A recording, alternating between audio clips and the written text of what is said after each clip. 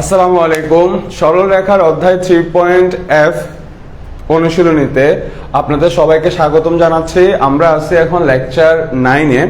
আমরা লেকচার 9 মানে আজকের ক্লাস সহ আরো 3টা ক্লাস নিব। টোটাল আর বাকি 4টা ক্লাসে মানে আজকের ক্লাস সহ আরো 3টা ক্লাস, টোটাল এই 4টা ক্লাস আমরা সরল রেখা অধ্যায়টা শেষ করে দিব ইনশাআল্লাহ। ঠিক আছে, তো আজকে আমরা অধ্যায় 3.f থেকে অধ্যায় 3.f থেকে অনেকগুলো গুরুত্বপূর্ণ গাণিতিক সমস্যা সমাধান করব। আপনারা যারা সরলরেখা অধ্যায়টা করছেন তাদের জন্য বলে রাখি, আমাদের সরলরেখা অধ্যায়ে অনুশীলনী আছে হচ্ছে 3.g পর্যন্ত, মানে মোট 7টা অনুশীলনী। 7টা অনুশীলনীর মধ্যে 3.e থেকে 3.g এই 3টা অধ্যায় থেকে সৃজনশীলে 4 নম্বরের প্রশ্ন আসে। তার মধ্যে মানে 3.e থেকে 3.g এই 3টা অধ্যায় থেকে 4 নম্বরের প্রশ্ন আসে। কিন্তু এই 3টা অধ্যায় মানে এই 3টা অনুশীলনীকে যদি আমি প্রায়োরিটি করি যে কোনটা বেশি গুরুত্বপূর্ণ, তাহলে 3.f, 3.g আর 3.e এই 3টা অধ্যায় বেশি গুরুত্বপূর্ণ। হয় নাই, আবার রিভিউ করি। আসসালামু আলাইকুম। সরল রেখা লেকচার 9-এ আপনাদের সবাইকে স্বাগতম জানাচ্ছি। আমি সাদমান আবির ভাইয়া। তো আজকের ক্লাসে আমরা অধ্যায় 3.e, 3.f এই অধ্যায় থেকে অনেকগুলো গুরুত্বপূর্ণ গাণিতিক সমস্যার সমাধান করব। সৃজনশীলের জন্য এই অধ্যায়টা অর্থাৎ এই অনুশীলনীটা সবচেয়ে বেশি ইম্পর্টেন্ট। ঠিক আছে, এবার হয়েছে, শুরু করা যায়। আচ্ছা, তো দেখেন, আমাদেরকে দুইটা রেখার সমীকরণ দিয়ে দিছে আর আমাদেরকে এই দুইটা রেখার মধ্যবর্তী কোণ নির্ণয় করতে বলছে। ঠিক আছে, তো শুরুতে ভাই বেসিকটা আলোচনা করিয়ে দিই, কি কি কথাগুলো আপনাদের মাথায় রাখা লাগবে। দেখেন, ধরেন এই হচ্ছে একটা রেখা আর এই হচ্ছে একটা রেখা। তো দুইটা রেখা যখন পরস্পরকে ছেদ করে তখন তাদের মধ্যে মোট 4টা কোণ উৎপন্ন হয়। তো এই 4টা কোণের মধ্যে দুইটা কোণ পরস্পর বিপরীতমুখী, দুইটা কোণ অবশ্যই স্থূলকোণ হবে, আর বাকি পরস্পর বিপরীতমুখী দুইটা কোণ হবে সূক্ষ্মকোণ। তাহলে এখানে দুইটা পয়েন্ট, একটা হচ্ছে দুইটা রেখা যখন পরস্পরকে ছেদ করবে তখন তাদের মধ্যে 4টা কোণ উৎপন্ন হবে, ফার্স্ট পয়েন্ট। সেকেন্ড পয়েন্ট হচ্ছে ওই 4টা কোণের মধ্যে পরস্পর বিপরীতমুখী দুইটা কোণ হবে স্থূলকোণ, আর পরস্পর বিপরীতমুখী দুইটা কোণ হবে সূক্ষ্মকোণ। ক্লিয়ার কথাটা? ওকে, তা আমাদেরকে বলছে, আমাদেরকে প্রশ্নে এই দুইটা রেখার সমীকরণ দেয়া থাকবে আর বলবে যে এই দুইটা রেখার অন্তর্ভুক্ত সূক্ষ্মকোণ আর স্থূলকোণের মান বের করো। এখানে মাথায় রাখা লাগবে যে এই স্থূলকোণ দুইটা হবে পরস্পর সমান। তা আপনি যদি এই স্থূলকোণের মান বের করেন তাহলে অটোমেটিক্যালি আপনি এই স্থূলকোণের মান পেয়ে যাচ্ছেন, যেহেতু এরা দুইজন পরস্পর সমান। আপনি যদি এই সূক্ষ্মকোণের মান বের করেন তাহলে অটোমেটিক্যালি আপনি এই সূক্ষ্মকোণের মান পেয়ে যাবেন, যেহেতু এই দুইটা সূক্ষ্মকোণ হবে পরস্পর সমান। ঠিক আছে, তো আমাকে প্রশ্নে এই দুইটা রেখার সমীকরণ দেয়া থাকবে আর বলবে যে এই দুইটা রেখার অন্তর্ভুক্ত স্থূলকোণের আর সূক্ষ্মকোণের মান বের করার জন্য। ঠিক আছে, তো আপনি কি করবেন, প্রথমে আপনি এই সরল রেখাটার ঢাল বের করবেন। আমি ঢাল ধরে নিচ্ছি m1, তারপর আপনি এই সরল রেখার ঢাল বের করবেন। আমি ঢাল ধরে নিচ্ছি m2। এবার আমি ধরে নিচ্ছি কোণের মান হচ্ছে থিটা। তো কোণের মান বের করার সূত্র হচ্ছে plus minus tan inverse m1 minus m2 divided by 1 plus m1 m2। প্রশ্নে আপনাকে এই দুইটা রেখার সমীকরণ দেয়া থাকবে আর বলবে যে এই দুইটা রেখার অন্তর্ভুক্ত স্থূলকোণের মান বের করো, সূক্ষ্মকোণের মান বের করো। তখন আপনি কি করবেন, আপনি সমীকরণের সাহায্যে এই রেখার ঢাল বের করবেন। আমি ধরে নিচ্ছি m1, এই রেখার ঢাল বের করবেন। আমি ধরে নিচ্ছি m2। এরপরে আপনি কোণের মান বের করবেন। তো কোণের মান বের করার সূত্র হচ্ছে এটা, plus minus ten inverse m1 minus m2 divided 1 plus m1 m2। ওকে, এবার এখানে মাথায় রাখবেন যে আপনি যদি প্লাস নিয়ে হিসাব করেন তাহলে থিটার যে মান পাবেন ওই মানটা দিয়ে বুঝাবে সূক্ষ্ম কোণকে। আপনি যদি এখান থেকে প্লাস নিয়ে হিসাব করলে থিটার যে মান পাবেন ওই মানটা দিয়ে কাকে বুঝাবে? সূক্ষ্ম কোণকে বুঝাবে। আর আপনি যদি মাইনাস নিয়ে হিসাব করেন তাহলে থিটার যে মান পাবেন ওই মানটা দিয়ে বুঝাবে স্থূল কোণকে। ঠিক আছে, সব স্পষ্ট দেখা যাচ্ছে? হ্যাঁ, দেখা যাচ্ছে। ঠিক আছে, তাহলে ভাই পয়েন্টগুলো আবার বলে দিচ্ছি। ঠিক আছে, যে দুইটা রেখা যখন পরস্পরকে ছেদ করে তখন তাদের মধ্যে চারটা কোণ উৎপন্ন হয়। চারটা কোণের মধ্যে পরস্পর বিপরীতমুখী দুইটা কোণ হয় স্থূলকোণ, আর পরস্পর বিপরীতমুখী দুইটা কোণ হবে সূক্ষ্মকোণ। এখানে এই স্থূলকোণ দুইটা পরস্পর সমান আর এই সূক্ষ্মকোণ দুইটা হবে পরস্পর সমান। ঠিক আছে, তা আপনি যদি এই স্থূলকোণের মান বের করেন তাহলে অটোমেটিক্যালি এই স্থূলকোণের মান পেয়ে যাবেন। আপনি এই সূক্ষ্মকোণের মান বের করলে অটোমেটিক্যালি এই সূক্ষ্মকোণের মান পেয়ে যাবেন। ঠিক আছে, এবার আপনাকে প্রশ্নে এই দুইটা রেখার সমীকরণ দিয়ে দিবে আর বলবে যে এই অন্তর্ভুক্ত স্থূলকোণ আর সূক্ষ্মকোণের মান বের করার জন্য। তা আপনি কি করবেন? আপনি সমীকরণের সাহায্যে এই রেখার ঢাল বের করবেন, তারপরে এই রেখার ঢাল বের করবেন, তারপরে এই সূত্রটা অ্যাপ্লাই করলে আপনি স্থূলকোণ আর সূক্ষ্মকোণের মান পেয়ে যাবেন। মাথায় রাখবেন, এখান থেকে প্লাস নিয়ে হিসাব করলে থিটার যে মান পাবেন ওই মানটা দিয়ে বুঝাবে সূক্ষ্মকোণকে, আর মাইনাস নিয়ে হিসাব করলে থিটার যে মান পাবেন ওই মানটা দিয়ে বুঝাবে স্থূলকোণকে। ঠিক আছে, তো এবার আমরা অঙ্কে আসি।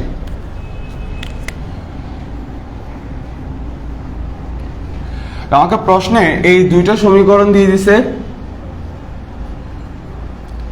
এটাকে আমরা দিলাম হচ্ছে 1 নং,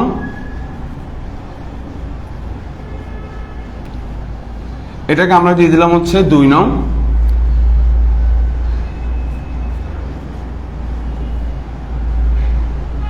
এখন আমরা 1 নং এর ঢাল বের করি। তাহলে সমীকরণ থেকে ঢাল বের করার সূত্র কি ছিল? মাইনাস এক্স এর সহগ ডিভাইডেড বাই ওয়াই এর সহগ। তাহলে এখান থেকে হিসাব করে পাচ্ছি 3। এবার আমরা 2 নং এর ঢাল বের করি। তাহলে সমীকরণের সাহায্যে ঢাল বের করার সূত্র ছিল মাইনাস এক্স এর সহগ ডিভাইডেড বাই ওয়াই এর সহগ। তাহলে এখান থেকে হিসাব করলে 2 নং এর ঢালের মান পাচ্ছে এটা -5/3। আর আমাদেরকে প্রশ্নে কি বলছে? প্রশ্নে আমাকে বলছে এই দুইটা রেখার মধ্যবর্তী কোণ বের করার জন্য। এখন দেখেন, এখানে বলছে মধ্যবর্তী কোণ। এখন দুইটা রেখার মধ্যবর্তী কোণ বলতে স্থূলকোণকেও বোঝায় সূক্ষ্মকোণকেও বোঝায়, কারণ স্থূলকোণও এই দুইটা রেখার মধ্যে আছে, সূক্ষ্মকোণটাও এই দুইটা রেখার মধ্যে আছে। তাহলে মধ্যবর্তী কোণ বলতে এই দুইটা রেখার মধ্যবর্তী স্থূলকোণ সূক্ষ্মকোণ উভয়কে বোঝানো হচ্ছে। তার মানে আপনাকে এখানে স্থূলকোণের মান বের করতে হবে, সূক্ষ্মকোণের মানও বের করতে হবে। যেহেতু প্রশ্নে এরকম নির্দিষ্ট করে বলে দেওয়া নাই স্থূলকোণের মান বের করো অথবা সূক্ষ্মকোণের মান বের করো, আপনাকে বলছে মধ্যবর্তী কোণের মান বের করো। তাহলে মধ্যবর্তী কোণ বলতে স্থূলকোণও বোঝায় সূক্ষ্মকোণও বোঝায়। তাহলে আপনাকে উভয়ের মান বের করতে হবে। ঠিক আছে, আচ্ছা, তো এখন এই দুইটা রেখার মধ্যবর্তী কোণের মান কত তা তো আমি জানি না, তাই আমরা ধরে নিব। সবসময় এটাই করবেন, যার মান বের করতে বলে তাকে ধরে নেবেন। তাহলে ধরি 1 নং ও 2 নং এর 1 নং ও 2 নং এর মধ্যবর্তী কোণ হচ্ছে থিটা। এবার মধ্যবর্তী দুইটা রেখার মধ্যবর্তী কোণ বের করার সূত্র আমরা জানি, plus minus tan inverse m1 minus m2 তা হচ্ছে divided by 1 plus m1 into m2। এবার যদি আমরা এখান থেকে হিসাব নিকাশ করি তাহলে এখানে আসবে হচ্ছে এটা, আর এখান থেকে যদি হিসাব নিকাশ করি তাহলে এখানে আসবে এটা, প্লাস মাইনাস tan ইনভার্স। এবার এখানে যদি লসাগু করেন, লসাগু করে আসবে হচ্ছে 14/3, আর এখানে নিচে পাচ্ছি -4।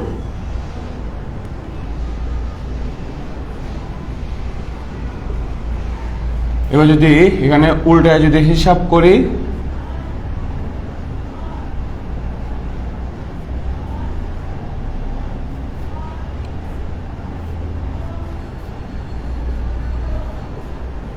তাহলে এটা আসবে। এবার এই যে মাইনাস, আমি যদি এই মাইনাসটাকে বাইরে নিয়ে আসি, ঠিক আছে, তাহলে মাইনাসে মাইনাসে হয়ে যাবে প্লাস, আর প্লাসে মাইনাসে হয়ে যাবে মাইনাস। মোট কথা হচ্ছে আমি যদি প্লাস মাইনাসের সাথে মাইনাসকে গুণ করি তাহলে ঘুরে ফিরে প্লাস মাইনাসই থাকতেছে। এবার যদি আমরা এখানে কাটাকাটি করি তাহলে এখানে উপরে আসবে হচ্ছে 7 আর নিচে আসবে হচ্ছে 6। তাহলে এটাই কার মান? এটাই হচ্ছে আমাদের থেটার মান। তাহলে এটা হচ্ছে থেটা।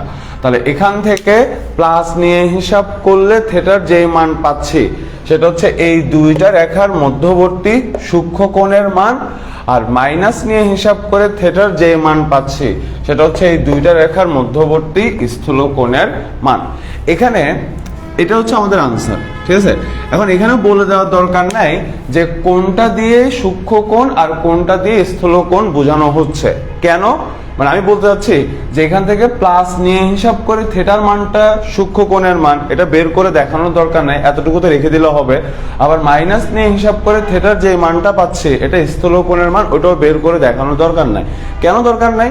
কারণ আমাদেরকে বলছে যে মধ্যবর্তী কোণ বের করার জন্য। তাহলে মধ্যবর্তী কোণ বলতে স্থূল কোণও বোঝায়, সূক্ষ্ম কোণও বোঝায়। আর আমরা জানি যে এখান থেকে প্লাস নিয়ে হিসাব করে যদি সূক্ষ্ম কোণ পাওয়া যায় তাহলে মাইনাস নিয়ে হিসাব করলে স্থূল কোণই আসবে। বুঝা গেছে কথাটা? মানে মোট কথা হচ্ছে এখানে যদি প্লাস নিয়ে হিসাব করে সূক্ষ্ম কোণ আসে, মাইনাস নিয়ে হিসাব করলে অবশ্যই কে আসবে?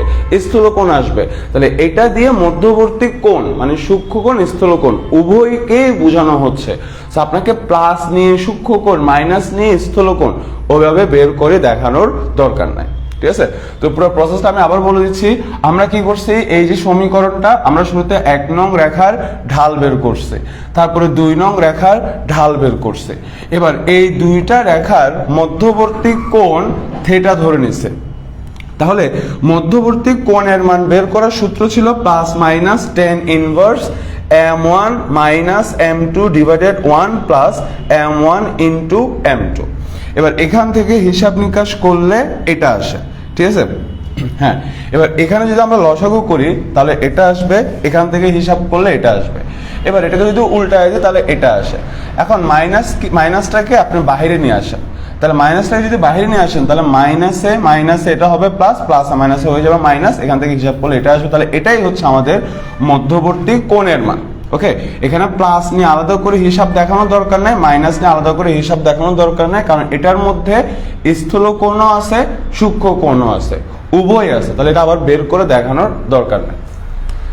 তো ভাই, যেটা আপনাদেরকে গতকাল পোস্ট দিয়ে বলছিলাম যে এখানে খুব বেশি কারেন্ট যায়, এ হচ্ছে তার প্রমাণ।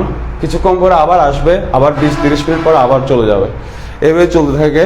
দ্যাটস ওয়াই ভাই অনেকদিন লাইভ ক্লাস নিতে পারি নাই। আচ্ছা, তো আমি এখন এই রিলেটেড আরেকটা অঙ্ক করিয়ে দিচ্ছি যাতে পুরো টপিকটা ভালোভাবে বোঝা যায়।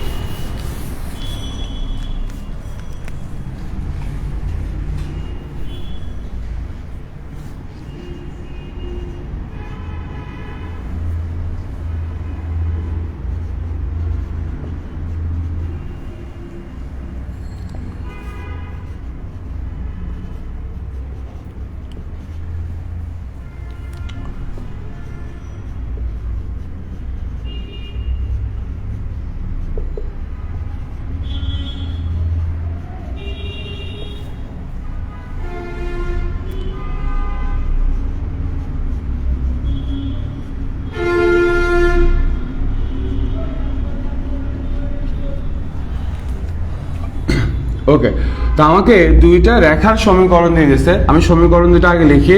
তাহলে আমরা এটা লিখলাম।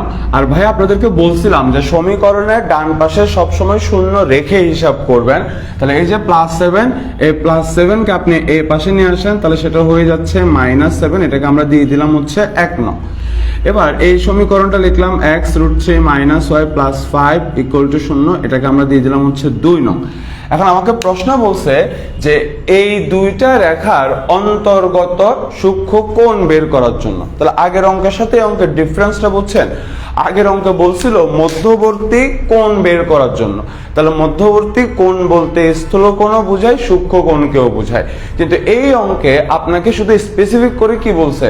স্পেসিফিক করে বলছে সূক্ষ্ম কোণের মান বের করার জন্য। তার মানে আপনাকে স্থূল কোণ বের করতে হবে না। ঠিক আছে, তাহলে আমরা এখন এই 1 নং এর ঢাল বের করি। তাহলে ঢাল বের করার সমীকরণের সাহায্যে ঢাল বের করার সূত্র ছিল -x এর সহগ / y এর সহগ। তাহলে এখান থেকে হিসাব করে আসবে 1/√3। এবার আমরা 2 নং এর ঢাল বের করি। 2 নং এর ঢাল বের করি। তাহলে ঢাল বের করার সূত্র ছিল -x এর সহগ / y এর সহগ। এখান থেকে হিসাব করে আসবে হচ্ছে √3। ওকে, এবার আমরা 1 নং আর 2 নং এর 2 নং মানে এই দুইটা রেখার অন্তর্গত কোণ থিটা ধরে নিচ্ছে। তো ভাই দেখেন, ভাই কিন্তু এখানে এই দুইটা রেখার অন্তর্গত কোণকে থিটা দিয়ে বুঝাইছে। তাহলে অন্তর্গত কোণ বলতে স্থূল কোণকেও বোঝায়, সূক্ষ্ম কোণকেও বোঝায়। তাহলে আমি এই দুইটা রেখার অন্তর্গত কোণ মানে স্থূল কোণ, সূক্ষ্ম কোণ উভয়কে থিটা দিয়ে বুঝাইছে। ভাই কিন্তু এখানে সূক্ষ্ম কোণ লিখি নাই, লিখছি অন্তর্গত কোণ। ঠিক আছে, ওকে, এটা লেখার পেছনে কারণ আছে। তাহলে আমরা এই দুইটা রেখার অন্তর্গত কোণ মানে সূক্ষ্ম কোণ, স্থূল কোণ উভয়কে প্রতীকী অর্থে থিটা দিয়ে বুঝাইছি। এবার এই কোণের মান বের করার সূত্র কি ছিল? +-tan ইনভার্স, তারপর হচ্ছে m1 - m2 / 1 + m1 * m2। এবার আমরা এখান থেকে হিসাব নিকাশ করি +-tan ইনভার্স। এবার এখানে লসাগু করি। তো লসাগু করার পরে এটা আসবে, এখান থেকে যদি হিসাব করি তাহলে আসবে হচ্ছে 2। তাহলে +-tan ইনভার্স, তারপর এখানে আসবে -2/√3/2। ওকে, এবার এই মাইনাসটাকে যদি আমি সামনে নিয়ে আসি তাহলে মাইনাসে প্লাস, প্লাসে মাইনাস tan ইনভার্স। এবার যদি আপনি এটাকে উল্টায় দেন, উল্টায় হিসাব করার পরে কাটাকাটি করার পরে আপনি এটা আসবে। ঠিক আছে, মোট কথা হচ্ছে এখানে ভাই একটা টিপস বলে দিই। মোট কথা হচ্ছে এখানে এই মানটা সবসময় প্লাস দিয়ে রাখবেন, নয়তো কিন্তু আনসারে ভুল আসবে।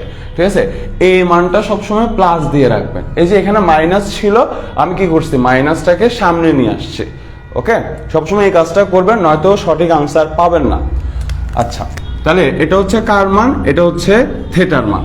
ওকে, তাহলে এখানে স্থূল কোণের মানও আছে, সূক্ষ্ম কোণের মানও আছে, কিন্তু আমাকে বের করতে বলছে শুধু কার মান? সূক্ষ্ম কোণের মান। তাহলে এখন আমাকে লিখতে হবে যে প্লাস নিয়ে বা প্লাস নিয়ে যদি না লেখেন আপনি লিখতে পারেন যে সূক্ষ্ম কোণ থিটা। তাহলে আমি সূক্ষ্ম কোণ কখন পাবো? যখন আমি প্লাস নিয়ে হিসাব করব। তাহলে এটা হচ্ছে আমাদের সূক্ষ্ম কোণের মান 30 ডিগ্রি। তাহলে এটাই হচ্ছে আমাদের অ্যান্সার।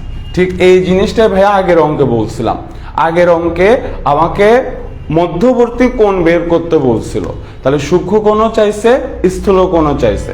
তো সেখানে আমরা এরকম নির্দিষ্ট করে বলে দিই নাই।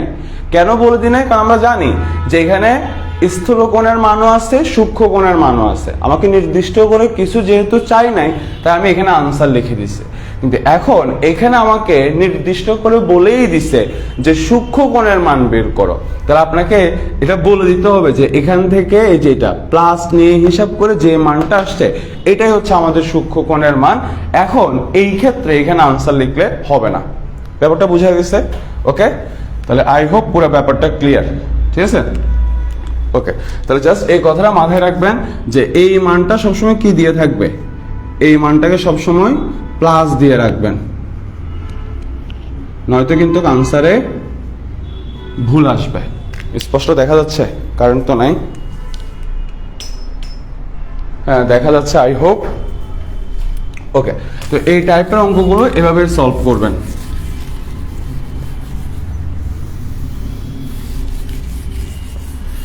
এবার ভাই চলে যায় আরেকটা টপিকে। ঠিক আছে, তো ওই টপিকটা বোঝানোর আগে আমি বেসিকটা একটু করে বুঝিয়ে বলি। ধরেন ভাই আপনাকে এই রেখাটার সমীকরণ দিলাম, তারপরে এই রেখাটার সমীকরণ দিলাম। সাপোজ এই রেখাটার সমীকরণ দিলাম a1x plus b1y plus c1 equal to 0। এই রেখার সমীকরণ হচ্ছে a2x plus b2y plus c2 equal to 0। আমি আপনাকে এই দুইটা রেখার সমীকরণ দিয়ে দিলাম। এখন এই দুইটা রেখা পরস্পরকে এই বিন্দুতে ছেদ করে, তো আমি এই বিন্দুটার স্থানাঙ্ক ধরে নিচ্ছি x প্রাইম আর y প্রাইম।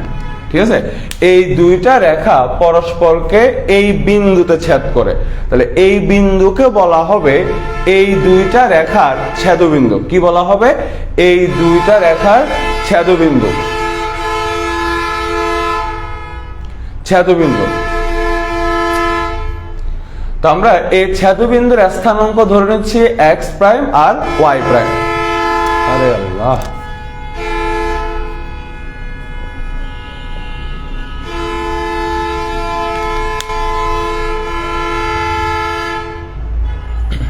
ওকে। এখন আমি একটা রেখার সমীকরণ লিখলাম, ধরেন এই সমীকরণটা লিখলাম। ঠিক আছে, যে a1x প্লাস b1y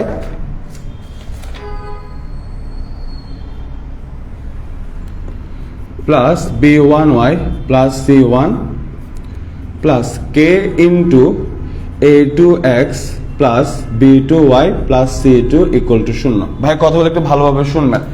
এখানে ভাই একটা সমীকরণ লিখছে, তা আমি আপনাকে বললাম যে এই সমীকরণ দিয়ে একটা সরল রেখাকে বোঝানো হয়। ভাইয়ের এই কথার সাথে দ্বিমত পোষণ করার কোনো কারণ নাই, কারণ দেখেন এই সমীকরণটা হচ্ছে একটা একঘাতী সমীকরণ, আর আমরা জানি যে একঘাতী সমীকরণ দিয়ে সব সময় সরল রেখাকেই বোঝায়। তাহলে এই সমীকরণ দিয়ে একটা সরল রেখাকে বোঝায়। এতটুকু ক্লিয়ার? ওকে। এখন আমি আপনাকে বললাম এই সমীকরণ দিয়ে যে সরল রেখাকে বোঝায় ওই সরল রেখাটা এই দুইটা রেখার ছেদ বিন্দু দিয়ে যায়। ওয়েট ওয়েট ওয়েট, ভাই কি বলছি? ভাইয়া বলছি এই সমীকরণ দিয়ে যে সরল রেখাকে বোঝায় ওই সরল রেখা এই দুইটা রেখার ছেদ বিন্দু দিয়ে যায়।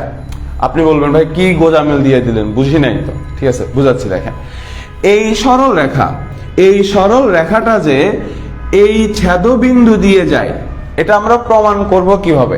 আমরা জানি কোন রেখা যদি কোনো বিন্দু দিয়ে যায় ওই বিন্দু দিয়ে ওই রেখার সমীকরণ সিদ্ধ হয়। জানি কিনা? কোন রেখা যদি কোনো বিন্দু দিয়ে যায় ওই বিন্দু দিয়ে ওই রেখার সমীকরণ সিদ্ধ হয়, রাইট? তাহলে এই সরল রেখাটা যদি এই বিন্দু দিয়ে যায় তাহলে অবশ্যই অবশ্যই এই বিন্দুর স্থানাঙ্ক দিয়ে এই রেখার সমীকরণটা সিদ্ধ হবে। ঠিক আছে, তার মানে আমি যদি এই বিন্দু দিয়ে এই সমীকরণকে সিদ্ধ করতে পারি তার মানে হচ্ছে এই রেখাটা এই বিন্দু দিয়ে যায়। আর যদি এই বিন্দু দিয়ে সিদ্ধ করতে না পারি তার মানে এই রেখাটা এই বিন্দু দিয়ে যায় না। কথা বোঝা গেছে? ওকে, এখন আমরা ট্রাই করি যে সিদ্ধ করা যায় কিনা। দেখেন এখানে ভাই দেখেন তো, এই যে রেখাটা, এই রেখাটা এই বিন্দু দিয়ে যায় কিনা, যাচ্ছে। তাহলে এই রেখাটা যেহেতু এই বিন্দু দিয়ে যাচ্ছে, তাহলে এই বিন্দুর স্থানাঙ্ক দিয়ে এই রেখার সমীকরণ অবশ্যই সিদ্ধ হবে। ঠিক আছে, এই রেখাটা যেহেতু এই বিন্দু দিয়ে যাচ্ছে, তাহলে এই বিন্দুর স্থানাঙ্ক দিয়ে এই রেখার সমীকরণ সিদ্ধ হবে। তাহলে আপনি সিদ্ধ করার নিয়ম কি? নিয়ম হচ্ছে এক্স এর জায়গায় বিন্দুর ভুজ, ওয়াই এর জায়গায় বিন্দুর কোটি বসবে। তাহলে হিসাব করার পরে আপনি এটা পাচ্ছেন। ঠিক আছে, সিদ্ধ করার পরে এটা আসছে। এবার দেখেন এই রেখাটাও এই বিন্দু দিয়ে যাচ্ছে, তাহলে এই রেখা যেহেতু এই বিন্দু দিয়ে যাচ্ছে, তাহলে এই বিন্দু দিয়ে এই রেখার সমীকরণটা সিদ্ধ হবে। তাহলে সিদ্ধ করে দেন। তাহলে সিদ্ধ করার পরে আপনি এটা পাচ্ছেন। ঠিক আছে, ওকে ফাইন। এবার আমরা এই বিন্দু দিয়ে এই রেখাটার সমীকরণকে সিদ্ধ করে দেখি যে সিদ্ধ হয় কিনা। ঠিক আছে, তো দেখেন আপনি এই বিন্দুর সাপেক্ষে এই সমীকরণের বাম পক্ষের মানটা বের করেন। ভাই কি করতেছে কিছুক্ষণ পরে ক্লিয়ার হবে, আগে দেখেন। ঠিক আছে, ভাই কি করতেছে, আপনি এখন কি করবেন যে এই বিন্দু দিয়ে এই সমীকরণের এই বাম পক্ষের মান বের করেন। ঠিক আছে, তাহলে আমরা এখন এক্স এর জায়গায় বিন্দুর ভুজ আর ওয়াই এর জায়গায় বিন্দুর কোটিকে বসিয়ে তাহলে দেখি তখন আসবে হচ্ছে এটা।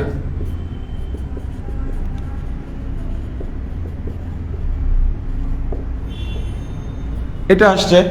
ঠিক আছে, এবার দেখেন তো এটার মান কত আসছে। এটার মান আসছে 0। আবার এটার মান কত আসছে, এটার মানও আসছে 0। তাহলে টোটালটার মান কত আসছে, 0 আসছে। তাহলে দেখেন তো ডান পক্ষের মান পাচ্ছেন কিনা, ডান পক্ষ পেয়ে যাচ্ছেন। তাহলে আপনি এই বিন্দুর সাপেক্ষে এই সরল রেখার সমীকরণের বাম পক্ষের মান বের করলেন, যেটা কিনা ডান পক্ষের সমান হয়েছে, তার মানে সিদ্ধ হয়েছে। ঠিক আছে, যখন একটা বিন্দুর সাপেক্ষে একটা সমীকরণের বাম পক্ষের মান আর ডান পক্ষের মান সমান হয়, তার মানে ওই বিন্দু দিয়ে ওই সমীকরণটা সিদ্ধ হয়, বোঝানো হচ্ছে। ঠিক আছে, তাহলে আমরা এই বিন্দুর সাপেক্ষে এই সমীকরণের বাম পক্ষের মান বের করে দেখলাম যে সেটা ডান পক্ষের সমান হচ্ছে, তার মানে এই বিন্দু দিয়ে এই সমীকরণটা সিদ্ধ হচ্ছে। ঠিক আছে, তাহলে এবার ভাই কথাটা খেয়াল করেন, যেহেতু এই বিন্দু দিয়ে এই সমীকরণটা সিদ্ধ হচ্ছে, তার মানে কি বোঝাচ্ছে যে এই সমীকরণ দিয়ে যে সরল রেখাকে বোঝানো হচ্ছে ওই সরল রেখাটা অবশ্যই এই বিন্দু দিয়ে যায়। তাহলে এই সমীকরণ দিয়ে যে সরল রেখাকে বোঝানো হচ্ছে ওই সরল রেখাটা অবশ্যই এই বিন্দু দিয়ে যাচ্ছে, যেটা আমরা সিদ্ধ করে প্রমাণ করে ফেলছি। ওকে, তাহলে ভাইয়ের কথাগুলো আরেকবার বলি। ঠিক আছে, ভাইয়ের কথার সাথে একটু ভালোভাবে খেয়াল করে। শুরুতে আমরা কি করলাম, এই রেখার সমীকরণ আর এই রেখার সমীকরণ ধরে নিছে। এখন এই দুইটা রেখা পরস্পরকে এই বিন্দুতে ছেদ করে, আমরা ছেদবিন্দুর স্থানাঙ্ক ধরে নিছি X prime Y prime. Clear? Okay, এখন আমরা এখানে একটা সমীকরণ লিখছি। তা আমরা বলতে চাচ্ছি এই যে সমীকরণ, এই সমীকরণ দিয়ে একটা সরল রেখাকে বোঝানো হয়। আমাদের এই কথার পক্ষে যুক্তি কি? যুক্তি হচ্ছে এই সমীকরণটা হচ্ছে একঘাতী সমীকরণ, আর আমরা জানি একঘাতী সমীকরণ দিয়ে সরল রেখাকে বোঝায়। তাহলে এই সমীকরণ দিয়ে যে সরল রেখাকে বোঝায় এটা নিয়ে কোনো ডাউট নাই। ওকে, এবার আমাদের পরের একটা ডিমান্ড বা দাবি, সেটা হচ্ছে এই সমীকরণ দিয়ে যে সরল রেখাকে বোঝানো হচ্ছে ওই সরল রেখা এই ছেদবিন্দু দিয়ে যায়। এটা হচ্ছে আমাদের প্রস্তাব, আমাদের ডিমান্ড। তা আমরা এটা কিভাবে প্রমাণ করব? আমরা এই যে ছেদবিন্দু, এই ছেদবিন্দুর স্থানাঙ্ক দিয়ে এই সরল রেখার সমীকরণকে সিদ্ধ করব। যদি সিদ্ধ হয় তাহলে বলতে পারবো যে এই সমীকরণ দিয়ে যে সরল রেখাকে বোঝানো হচ্ছে ওই সরল রেখাটা এই ছেদবিন্দু দিয়ে যায়। যদি সিদ্ধ না হয় তার মানে ছেদবিন্দু দিয়ে যায় না। ব্যাপারটা ক্লিয়ার এতটুকু? ওকে, তা আমরা কি করলাম, এই সরল রেখাটা যেহেতু এই ছেদবিন্দু দিয়ে যাচ্ছে, তাহলে এটা দিয়ে এই রেখাটার সমীকরণ সিদ্ধ হবে, সিদ্ধ করে এটা পাচ্ছে। এই সরল রেখাটা যেহেতু এই ছেদবিন্দু দিয়ে যাচ্ছে, তাহলে ছেদবিন্দু দিয়ে এই রেখার সমীকরণ সিদ্ধ হবে, সিদ্ধ করার পরে এটা আসছে। ঠিক আছে, ওকে। এখন আমরা এই ছেদবিন্দুর সাপেক্ষে এই সমীকরণের বাম পক্ষের মান বের করলাম, যেটা কিনা এই সমীকরণের ডান পক্ষের সমান আসছে। তাহলে কোন এই বিন্দুর সাপেক্ষে এই সমীকরণের বাম পক্ষের মান যেহেতু ডান পক্ষের সমান আসছে, তাহলে বলা যায় যে এই বিন্দু দিয়ে এই সমীকরণটা সিদ্ধ হয়েছে। তাহলে এই বিন্দু দিয়ে এই সমীকরণ যেহেতু সিদ্ধ হয়েছে, তাহলে এটা কনফার্ম যে এই সমীকরণ দিয়ে যে সরল রেখাকে বোঝানো হচ্ছে ওই সরল রেখাটা এই বিন্দু দিয়ে যায়। ব্যাপারটা ক্লিয়ার? ঠিক আছে, তার মানে আমরা এখন কি বলতে পারি যে এই সমীকরণ দিয়ে যে সরল রেখাকে বোঝানো হচ্ছে ওই সরল রেখাটা এই দুইটা রেখার ছেদবিন্দু দিয়ে যায়। ঠিক আছে, তো এটাকেই বলা হয়, এই যে এই সমীকরণটা, এটাকেই বলা হয় দুইটি সরল রেখার ছেদবিন্দুগামী, দুইটি সরল রেখার ছেদবিন্দুগামী সরল রেখার সমীকরণ। ঠিক আছে, এই সমীকরণ দিয়ে কি বোঝানো হয়? এই সমীকরণ দিয়ে বোঝানো হয় দুইটা সরল রেখার ছেদবিন্দুগামী সরল রেখার সমীকরণ, যেটা আমরা এখানে প্রমাণ করে ফেলছি। ঠিক আছে, তো যখন আপনাকে বলবে যে একটা সরল রেখার সমীকরণ ধরে নাও, যে সরল রেখাটা দুইটা রেখার ছেদবিন্দু দিয়ে যায়, তাহলে আপনি কিভাবে ধরে নেবেন? আপনি কি করবেন, ওই দুইটা রেখার মধ্যে একটা রেখার সমীকরণকে হুবহু লিখবেন, প্লাস কে ইন্টু অপর রেখার সমীকরণকে লিখবেন ইকুয়াল টু 0। তাহলে এটাই হচ্ছে দুইটা রেখার ছেদবিন্দুগামী সরল রেখার সমীকরণ বুঝায়। ঠিক আছে, এখন আপনি প্রশ্ন করতে পারেন যে ভাইয়া এখানে কে দিয়ে কি বুঝায়? কে দিয়ে বুঝাই হচ্ছে এই দুইটা সরল রেখার ছেদবিন্দুগামী বিভিন্ন রেখাকে। কথাটা মানে কি? কথাটা মানে হচ্ছে এই দুইটা রেখার ছেদবিন্দু দিয়ে কি শুধু একটা রেখাই যাবে? না, এরকমও হইতে পারে, আবার এরকমও যেতে পারে, আবার এরকমও যেতে পারে, অনেক রেখা হইতে পারে। তো কে এর বিভিন্ন মানের জন্য এই বিভিন্ন রেখাকে বোঝানো হয়। ঠিক আছে, তাই হোক বুঝে ফেলছেন। তো এবার আমরা চলে আসি অঙ্কে, আমাদের বেসিক কনসেপ্ট শেষ। ঠিক আছে, এবার আমরা অঙ্কে চলে আসি, তাহলে আরো ক্লিয়ার হয়ে যাবে। আপনারা যদি লাইভে কেউ থেকে থাকেন তাহলে ভাইকে একটু কমেন্ট করবেন যে আপনারা কি স্পষ্ট দেখতে পাচ্ছেন কিনা, যেহেতু কারেন্ট নাই। আর কারেন্ট নাই ভাইয়া তো একদম আহামরি না, তো চাইলে বলতে পারেন ভাইকে। আর আরেকটা কথা, যদি আপনাদের কোনো ডাউট থাকে, কোনো প্রশ্ন থাকে, তাহলে আমাদের এই ক্লাসগুলো আমাদের ইউটিউব চ্যানেলে আপলোড হয়। ঠিক আছে, তো আপনাদের যদি কোনো ডাউট থাকে তাহলে কমেন্ট সেকশনে প্রশ্ন করবেন, ভাই আপনাদেরকে আনসার দিয়ে দিব। আর যদি এই ক্লাসগুলো দিয়ে যদি আপনি উপকৃত হন, তাহলে রিকোয়েস্ট থাকবে যে এই ক্লাসগুলো কমপক্ষে 3 জনের সাথে শেয়ার করবেন। ঠিক আছে, যাতে ভালো কাজগুলো যদি আমরা সাপোর্ট না করি তাহলে তো হবে না। ঠিক আছে, তো ভালো কাজগুলো মানে ছড়িয়ে যাওয়া দরকার। তা আপনি যদি এই ক্লাসগুলো দিয়ে উপকৃত হন তাহলে অবশ্যই আপনার ক্লোজ 3টা ফ্রেন্ডকে এই ক্লাসের লিঙ্কগুলো শেয়ার করবেন, তাদেরকে বলবেন তারা যাতে শেয়ার করে, এভাবে ভালো কাজগুলো ছড়িয়ে যাক বা ভালো উদ্যোগগুলো ছড়িয়ে যাক। ঠিক আছে, ওকে। আর হচ্ছে ডিসক্রিপশন বক্সে অবশ্যই চেক করবেন, ওখানে ভাইয়া যাবতীয় আপডেট বা লেকচার শিট ওখানে লিঙ্ক দিয়ে দিব। ওকে, আচ্ছা, এবার আমরা এই রিলেটেড অঙ্ক সলভ করে দেখেন আমাদেরকে কি বলছে।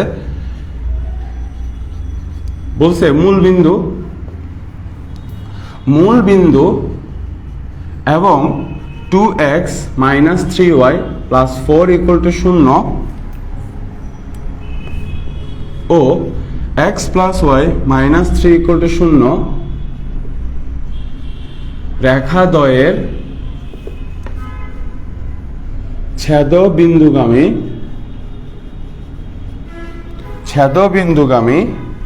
সরল রেখার সমীকরণ নির্ণয় করো। সমীকরণ নির্ণয় করো। ঠিক আছে, তো এই অঙ্কগুলো কয়েকভাবে করা যায়।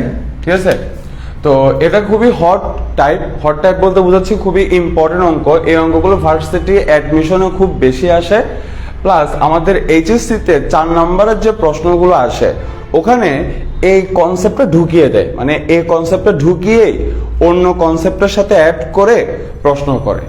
বুঝতে পারছে? ঠিক আছে, প্লাস এগুলো অ্যাডমিশনে খুব বেশি আসে, আর আমাদের এইচএসসিতে এমসিকিউতেও চলে আসে। তাহলে দেখেন আপনি এখানে কি করবেন, আপনি এখানে সরল রেখার সমীকরণ বের করবেন। এখন আপনি যে সরল রেখার সমীকরণ বের করবেন তার বৈশিষ্ট্য কি? তার বৈশিষ্ট্য হচ্ছে ওই সরল রেখাটা এই দুইটা রেখার, এই একটা রেখা, এই একটা রেখা, এই দুইটা রেখার ছেদবিন্দু দিয়ে যায়। এই যে কিছুক্ষণ আগে যে আমরা এখন দেখলাম যে আমরা যে সরল রেখার সমীকরণ বের করব, আমাদের রেখাটা এই দুইটা রেখার ছেদবিন্দু দিয়ে যায়। ব্যাপারটা বোঝা গেছে? তো ভাই আপনাদেরকে কি বলছিলাম যে সরল রেখার সমীকরণ বের করতে বললে প্রথম কাজ হচ্ছে সরল রেখার সমীকরণ ধরে নেওয়া। ঠিক আছে, ওকে, তাহলে আমরা সমীকরণ ধরে নিই।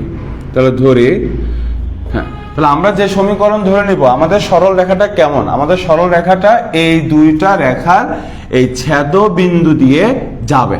ঠিক আছে, তাহলে ধরি 1 নং ও 2 নং এর ছেদ বিন্দুগামী সরল রেখার সমীকরণ। ঠিক আছে, তাহলে দুইটা রেখার ছেদবিন্দুগামী সরল রেখার সমীকরণ ধরে নেওয়ার প্রসেস কি ছিল? আপনি যে কোনো একটা সমীকরণকে হুবহু লিখবেন, লিখলাম। ঠিক আছে, তারপরে প্লাস কে দিবেন, এবার অপর সমীকরণটাকে গুণ আকারে লিখে ইকুয়াল টু 0 দিয়ে দিবেন। ঠিক আছে, এটাকে আমরা দিয়ে দিলাম 3 নং। চাইলে আপনি এখানে বলে দিতে পারেন যে এখানে কে দিয়ে কি বোঝানো হচ্ছে, কে দিয়ে একটা ধ্রুবককে বোঝানো হচ্ছে, যে এখানে কে একটি ধ্রুবক। ওকে, তাহলে আমরা যে সরল রেখার সমীকরণ বের করব ওই সরল রেখার সমীকরণ ধরে নিছি। কিভাবে ধরে নিছি?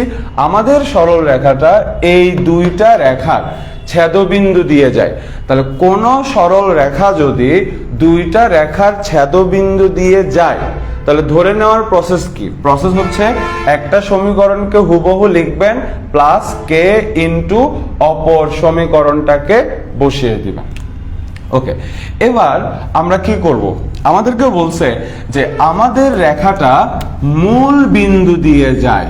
ঠিক আছে, তাহলে আমরা জানি কোন রেখা যদি কোন বিন্দু দিয়ে যায়, ওই বিন্দুর স্থানাঙ্ক দিয়ে ওই রেখার সমীকরণ সিদ্ধ হয়। ঠিক আছে, তাহলে আমরা বলতে পারি যেহেতু 3 নং রেখা মূল বিন্দু দিয়ে যায়, যেহেতু 3 নং রেখা মূল বিন্দু দিয়ে যায়, সেহেতু মূল বিন্দু দিয়ে 3 নং রেখার সমীকরণটা সিদ্ধ হবে। তাহলে সিদ্ধ করে দেন। তাহলে x এর জায়গায় বসাবেন 0, y এর জায়গায় বসাবেন 0। তাহলে 0 বসানোর পরে 4 plus K minus 3 equal to 0। তাহলে এখান থেকে যদি আমরা হিসাব করি তাহলে কে এর মান আসবে হচ্ছে 4/3। তাহলে আমরা কে এর মান পেয়ে গেলাম 4/3। এবার কে এর মানটা আপনি এখানে বসিয়ে দেন, তাহলে আপনি পেয়ে যাবেন সরল রেখার সমীকরণ। তাহলে কে ইকুয়াল টু 4/3 হলে 3 নং হতে পাই 2x মাইনাস 3y প্লাস 4। এখানে আসবে হচ্ছে 4/3 x plus y minus 3 equal to 0। এবার আপনি এখানে লসাগু করে দেন। লসাগু করে যদি হিসাব করেন তাহলে আপনি এখানে পাবেন হচ্ছে এটা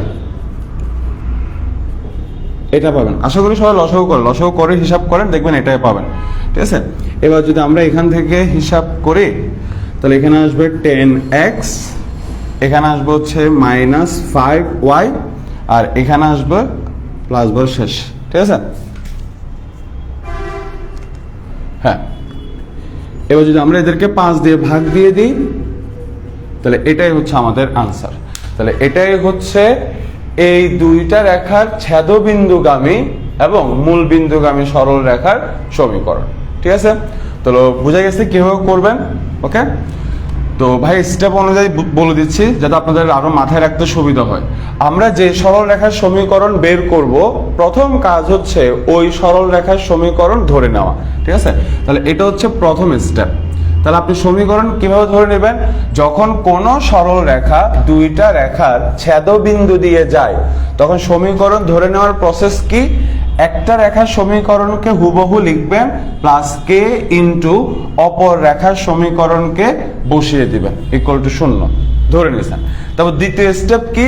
আমাদের সরল রেখাটা মূল বিন্দু দিয়ে যায়, এটা হচ্ছে দ্বিতীয় স্টেপ। তাহলে আমাদের সরল রেখাটা যেহেতু মূল বিন্দু দিয়ে যায় তাহলে মূল বিন্দু দিয়ে আমাদের রেখার সমীকরণটা সিদ্ধ হবে। তাহলে সিদ্ধ করলে আপনি কে এর মান পেয়ে যাচ্ছেন। এবার 3 নম্বর স্টেপ কি? 3 নম্বর স্টেপ হচ্ছে কে এর মানটা এখানে বসিয়ে হিসাব করেন, তাহলে আপনি পেয়ে যাবেন নির্ণয় সরল রেখার সমীকরণ। ক্লিয়ার? ওকে, তো আশা করি এই টপিক নিয়ে আর কোনো প্রশ্ন নাই। তো ভাই এই টাইপের আরেকটা অঙ্ক করাবো, ঠিক আছে, যেটা পরীক্ষায় খুব আসে।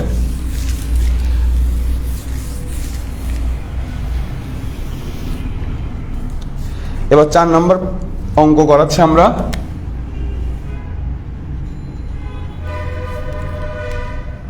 হ্যাঁ, এটা খুবই ইম্পর্টেন্ট কিন্তু, সেটা হচ্ছে ওয়াই অক্ষের সমান্তরাল। খুব ভালোভাবে বুঝে নিয়েন। ওকে, ওয়াই অক্ষের সমান্তরাল এবং 2x - 7y + 11 = 0 ও x + 3y - 8 = 0 রেখা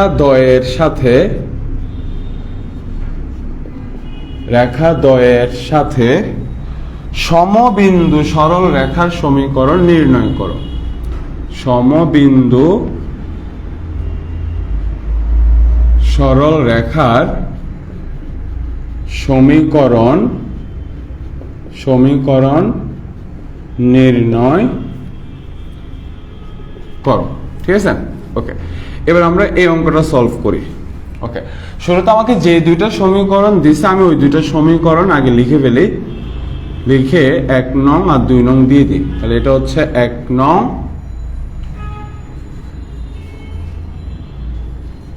আর এটা হচ্ছে 2 নং। এখন আমরা প্রশ্নটা পড়ি। ঠিক আছে, আমরা এখানে কি করব? আমাদের টার্গেট কি? আমাদের টার্গেট হচ্ছে আমরা এখানে সরল রেখার সমীকরণ বের করব। ভালো কথা, বের করব। তো আমরা যে সরল রেখার সমীকরণ বের করব তার বৈশিষ্ট্য কি? তার বৈশিষ্ট্য হচ্ছে, প্রথম বৈশিষ্ট্য হচ্ছে সে এই দুইটা রেখার সাথে সমবিন্দুগামী। সমবিন্দুগামী কথাটার মানে কি? মানে হচ্ছে ছেদবিন্দু আর সমবিন্দু সেম কথা। মানে এই দুইটা রেখা যে বিন্দুতে ছেদ করে আমরা যে রেখার সমীকরণ বের করব আমাদের রেখাটাও ওই বিন্দু দিয়ে যাবে। তাহলে দেখুন তো এই তিনটা সমীকরণ মানে এই তিনটা সরল রেখা সমবিন্দুগামী হচ্ছে কিনা, মানে একই বিন্দুগামী হচ্ছে কিনা, হচ্ছে। তো সমবিন্দুগামী বলতে বোঝানো হচ্ছে ছেদবিন্দুগামী। ওকে, তাহলে আমরা যে সরল রেখার সমীকরণ বের করব তার প্রথম বৈশিষ্ট্য হচ্ছে সে এই দুইটা রেখার ছেদবিন্দু দিয়ে যাবে। আর দ্বিতীয় বৈশিষ্ট্য হচ্ছে আমাদের রেখাটা ওয়াই অক্ষের সমান্তরাল হবে। তাহলে দুইটা বৈশিষ্ট্য। প্রথম বৈশিষ্ট্য হচ্ছে এই দুইটা রেখার ছেদবিন্দু দিয়ে যাবে, আর দ্বিতীয় বৈশিষ্ট্য হচ্ছে ওয়াই অক্ষের সমান্তরাল হবে। এখন এই দুইটা বৈশিষ্ট্যকে কাজে লাগিয়ে আমরা সমীকরণ বের করব। ওকে, বের করা যাক। তাহলে প্রথম কাজ, ভাইয়া কি বলছিলাম যে সরল রেখার সমীকরণ বের করতে বললে প্রথম কাজই হচ্ছে সরল রেখার সমীকরণ ধরে নেওয়া। তাহলে আমরা ধরে নিই, তাহলে আমাদের রেখাটা এই দুইটা রেখার ছেদবিন্দু দিয়ে যাবে, ঠিক আছে? আমাদের রেখাটা এই দুইটা রেখার ছেদবিন্দু দিয়ে যাবে, ছেদবিন্দু দিয়ে যাবে। তাহলে দুইটা রেখার ছেদবিন্দুগামী সরল রেখার সমীকরণ ধরে নেওয়ার প্রসেস কি ছিল? আপনি একটা সমীকরণকে হুবহু লিখবেন, তারপরে প্লাস কে ইন্টু অপর সমীকরণকে লিখবেন, আর এখানে লিখবেন ইকুয়াল টু 0। এবার আপনি এখানে একটু করে পরিচয় দিয়ে দিবেন যে এখানে কে দিয়ে বোঝানো হচ্ছে একটি ধ্রুবক। আচ্ছা, এটা পরে পরিচয় দিই, এখানে আমরা একটু কাজ করা লাগবে। এবার আমরা কি করব, এখানে কে দিয়ে এটাকে গুণ করে দিই, তাহলে গুণ করার পরে এটা আসবে।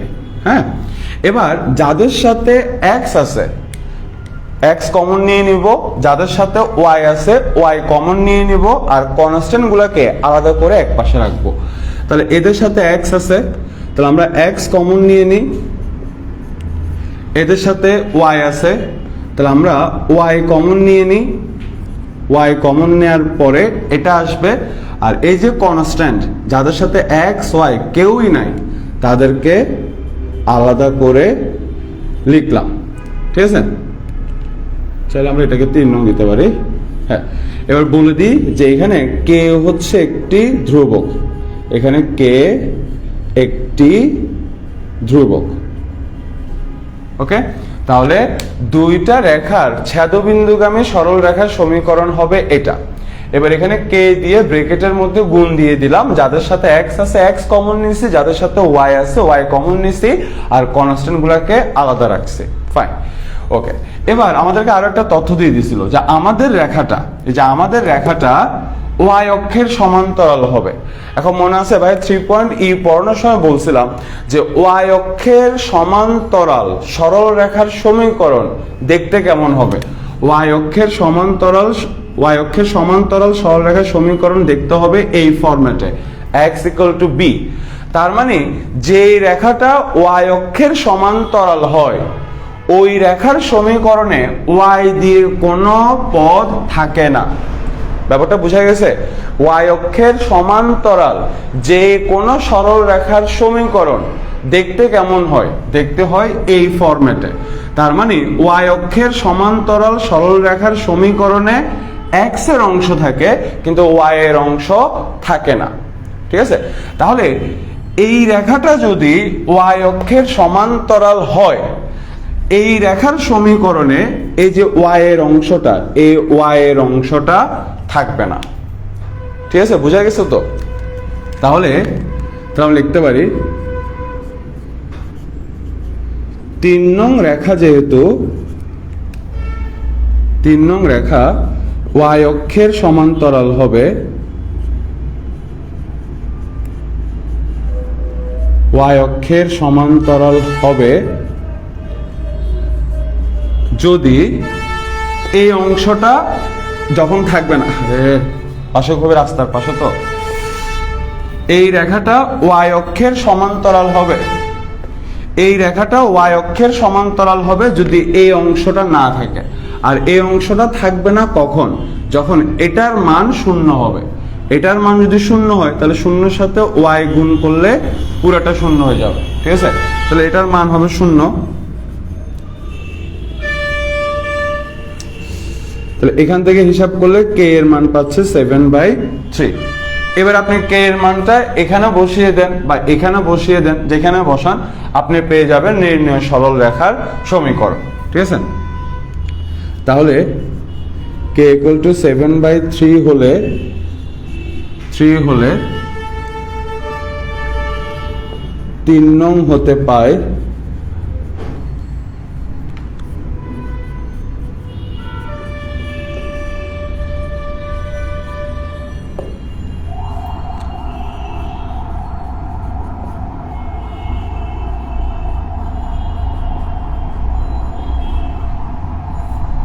ভাই, এ পাশে দেখাচ্ছে তাহলে এবার আপনি এখানে লসাগু করেন, লসাগু করে যদি হিসাব করেন 3 দুগুণা 6, 7 6 13, এটা আসবে। এখানে তো এটা শূন্য হয়ে যাবে, 3 3 কাটা, 7 থেকে 7 গেলে শূন্য, এটা শূন্য হয়ে যাচ্ছে। এখান থেকে যদি আমরা হিসাব করি তাহলে 7 8 56/3, এখানে থাকবে হচ্ছে 11। এবার যদি আমরা এখানে লসাগু করে হিসাব নিকাশ করি তাহলে টোটাল এরকম একটা কিছু আসবে।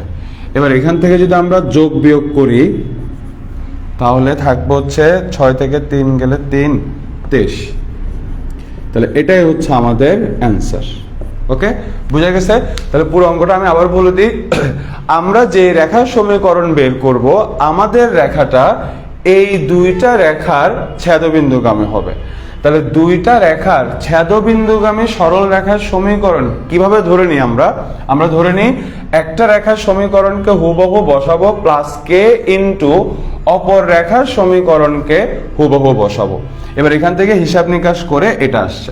এখন বলছে যে আমাদের রেখাটা ওয়াই অক্ষের সমান্তরাল হবে। তাহলে আমরা জানি কোন সমীকরণ, যে এই সমীকরণ দিয়ে যে রেখাকে বোঝানো হচ্ছে ওই রেখাটা যদি ওয়াই অক্ষের সমান্তরাল হয় তাহলে সেখানে ওই রেখার সমীকরণে ওয়াই এর অংশ থাকে না। ঠিক আছে? তাহলে এখানে ওয়াই এর অংশটা এই সমীকরণ দিয়ে যে সরল রেখাকে বোঝানো হচ্ছে এটা ওয়াই অক্ষের সমান্তরাল হবে যদি এই অংশটা না থাকে। আর এই অংশটা কখন থাকবে না? যখন এটার মান হবে 0। তাহলে আমি যদি এটাকে 0 ধরে হিসাব করি কে এর মান আসবে 7/3। এবার কে এর মানটা যদি এখানে বসিয়ে হিসাব করেন তাহলে আপনি পেয়ে যাবেন নির্ণীয় রেখার সমীকরণ। তাহলে আই হোপ এটা নিয়ে কোনো প্রশ্ন নেই। ঠিক আছে? সব কি স্পষ্ট আছে নাকি ঝামেলা হয়েছে? ওকে, সব স্পষ্ট দেখা যাচ্ছে আমার এখানে।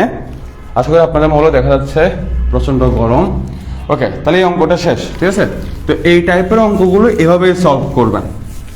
যদি ওয়াই অক্ষের সমান্তরাল না বলে এক্স অক্ষের সমান্তরাল বলতো তখন কিভাবে ধরে নিতাম? এক্স অক্ষের সমান্তরাল হলে সমীকরণটা দেখতে কেমন হয়? ওয়াই ইকুয়াল টু বি, এই ফরম্যাটে হয়। তাহলে ওয়াই অক্ষের সমান্তরাল হলে ওয়াই এর অংশ থাকে না, তাহলে আপনি ওয়াই এর যে সহগটা ওটাকে 0 ধরে হিসাব করবেন। আর যদি এক্স অক্ষের সমান্তরাল বলে তখন এক্স এর অংশটা থাকবে না, তখন আপনি এক্স এর অংশটাকে, এক্স এর সহগ যেটা আর কি, ওটাকে 0 ধরে হিসাব করলে কে এর মান চলে আসবে, কে এর মানটা বসিয়ে দিলে সমীকরণ চলে আসবে। বুঝা গেছে? ওকে, তাহলে আই হোপ এই টাইপ নিয়ে আর কোনো প্রশ্ন নাই, পারবেন। এবার আমরা পরবর্তী টাইপে চলে যাচ্ছি। ঠিক আছে? তো এখন যে অঙ্কগুলো করব এগুলো তুলনামূলকভাবে তত কঠিন কিছু না। দেখেন, ওকে, ধরেন আমি আপনাকে একটা রেখার সমীকরণ, এই রেখাটা দিয়ে দিলাম, তারপরে আমি আপনাকে আরেকটা রেখা দিয়ে দিলাম। ওকে, এখন এই দুইটা রেখা পরস্পর সমান্তরাল। তাই আমি বললাম এই দুইটা রেখা যে পরস্পর সমান্তরাল এটা গাণিতিকভাবে প্রমাণ করো। ওকে, তো দেখেন, ধরেন আমি এই রেখাটার সমীকরণ দিয়ে দিলাম হচ্ছে এটা, এটা, আর এই রেখার সমীকরণ দিয়ে দিলাম হচ্ছে এটা। ঠিক আছে? তো দুইটা রেখা যখন পরস্পর সমান্তরাল হয় তখন তাদের ঢালের মান আসে সমান, অবশ্যই সমান। ওকে, তাহলে দুইটা রেখা পরস্পর সমান্তরাল এটা হওয়ার শর্ত কি? মানে দুইটা রেখা পরস্পর সমান্তরাল হওয়ার শর্ত কি? শর্ত হচ্ছে তাদের ঢাল হইতে হবে পরস্পর সমান। ক্লিয়ার কথাটা? ওকে, তাহলে এই যে এই রেখাটার সমীকরণ আছে, তাহলে সমীকরণ থেকে আমরা ঢাল বের করি। তাহলে সমীকরণের সাহায্যে ঢাল বের করার সূত্র কি? মাইনাস এক্স এর সহগ বাই ওয়াই এর সহগ। এই সমীকরণ থেকে ঢাল বের করি মাইনাস এক্স এর সহগ বাই ওয়াই এর সহগ। দুই পাশ থেকে মাইনাস মাইনাস বাদ, তাহলে এখানে আসবে a1 বাই b1, এখানে আসবে a2 বাই b2। ঠিক আছে? দুইটাই মাথায় রাখবেন। তাহলে আমরা বলতে পারি যে দুইটা রেখা পরস্পর সমান্তরাল হওয়ার শর্ত কি? শর্ত হচ্ছে ঢাল দুইটা আসবে পরস্পর সমান। এভাবে মাথায় রাখতে পারেন, অথবা এভাবে এই সহগ দিয়ে যে এখানে এক্স এর সহগ আর ওয়াই এর সহগের অনুপাত, আর এই রেখাটার এক্স এর সহগ ওয়াই এর সহগের অনুপাত পরস্পর সমান আসবে। ঠিক আছে, পরীক্ষায় দুইটা দিয়েই প্রশ্ন আসে। ওকে, তাহলে সোজা হিসাব, দুইটা রেখা পরস্পর সমান্তরাল, এটা প্রমাণ করার শর্ত কি? শর্ত হচ্ছে ঢাল দুইটা আসবে পরস্পর সমান। এবার আপনি এভাবে প্রমাণ করেন বা এভাবে প্রমাণ করেন, আপনার ইচ্ছা। যদি সহগ দিয়ে প্রমাণ করতে চান তাহলে এইভাবে, অথবা আপনি চাইলে আর আর গুণ করে আরেকটা সম্পর্ক স্থাপন করতে পারেন। আমি যদি এখানে আর আর গুণ করি তাহলে আমি পাচ্ছি এই আরেকটা, এই ফর্মুলাটা আপনি মনে রাখতে পারেন, আপনার ইচ্ছা। ঠিক আছে, ওকে। তো আমরা এখন একটা অঙ্ক করে ফেলি, সোজা একটা অঙ্ক যেটা আমাদের এমসিকিউতে আসে। ভাইয়া অঙ্কগুলো করাচ্ছে কারণ আমাদের যখন বোর্ড সৃজনশীল করাবো এখানে, আবার ভাইয়া এখন যখন সৃজনশীল করাবো তখন এই টপিকগুলো লাগবে, তখন কিন্তু ভাই এই টপিকগুলো এভাবে বলে দিব না, জাস্ট ইমপ্লিমেন্ট করব, বুঝছেন তো? এখানে ভাইয়া বেসিক থেকে, প্রত্যেকটা বেসিক থেকে আপনাদেরকে অঙ্ক করিয়ে দিচ্ছি, যাতে ভাই সিকিউ সলভ করার সময় বারবার এই টপিকগুলো টানতে না হয়।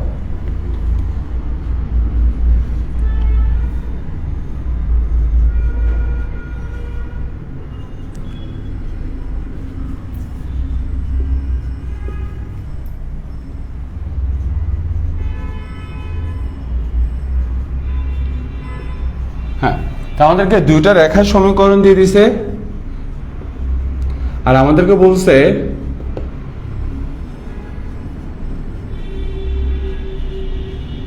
দেখাও যে এই দুইটা রেখা পরস্পর সমান্তরাল। ওকে, তা আমি সমীকরণ দুইটা আগে লিখে ফেলি। এটাকে দিয়ে দিলাম 1 নং। এবার ওই সমীকরণটাকে লিখি,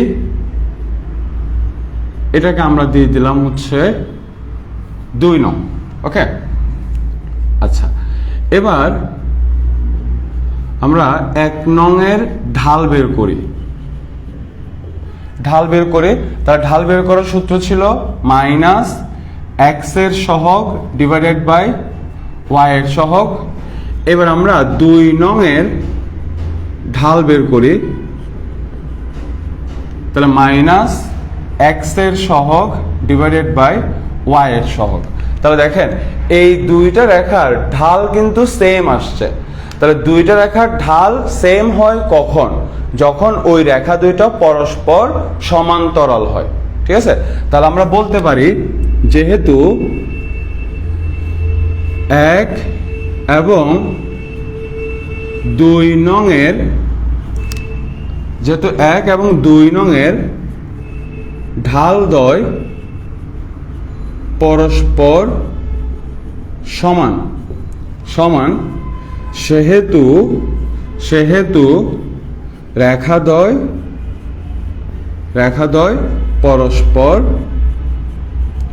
পরস্পর সমান্তরাল। ঠিক আছে, তো সমান্তরাল বললে আমরা এভাবেই অঙ্ক করব। ঠিক আছে, এই দুইটা সম্পর্কে একটু মাথায় রাখেন, এমসিকিউতে এগুলো দিয়েও আসে প্রশ্ন, যে দুইটা রেখা পরস্পর সমান্তরাল হলে নিচের কোনটি সত্য, এভাবে বলে দিবে। তখন আপনাকে এটাও দিয়ে দিবে অথবা এটা দিয়ে দিবে, একটু বুঝে করিয়েন। ওকে, তাহলে দুইটা রেখা যদি পরস্পর সমান্তরাল হয় তখন ঢাল দুইটা হবে পরস্পর সমান। এবার ঢাল দুইটা সমান ধরে যদি হিসাব করি আমরা এই সম্পর্কটা পাচ্ছি, আবার এখান থেকে হিসাব করলে এই সম্পর্কটা পাচ্ছে। মোট কথা এই 3 জনের যে কোনো একজন থাকা মানেই হচ্ছে রেখা দুইটা পরস্পর সমান্তরাল। বুঝা গেছে? ওকে, এবার আমরা আরেকটা অঙ্ক সলভে যাই।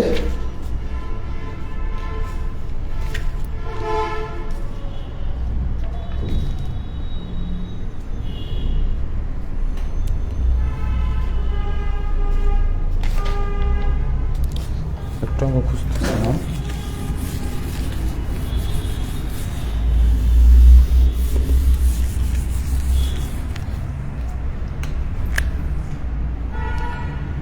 হ্যাঁ, এবার হচ্ছে পরস্পর লম্ব হলে, ঠিক আছে, দেখেন ধরেন এই যে এই রেখাটার সমীকরণ হচ্ছে a1x plus b1y plus c1 = 0, আর এই রেখাটার সমীকরণ হচ্ছে a2x plus b2y plus c2 equal to 0।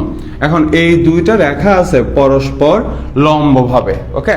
তো মাথায় রাখবেন দুইটা রেখা যদি পরস্পর লম্ব হয় তাহলে তাদের ঢাল দ্বয়ের গুণফল আসবে -1। আমি এই রেখার ঢাল m1, এই রেখার ঢাল m2 ধরে নিচ্ছি।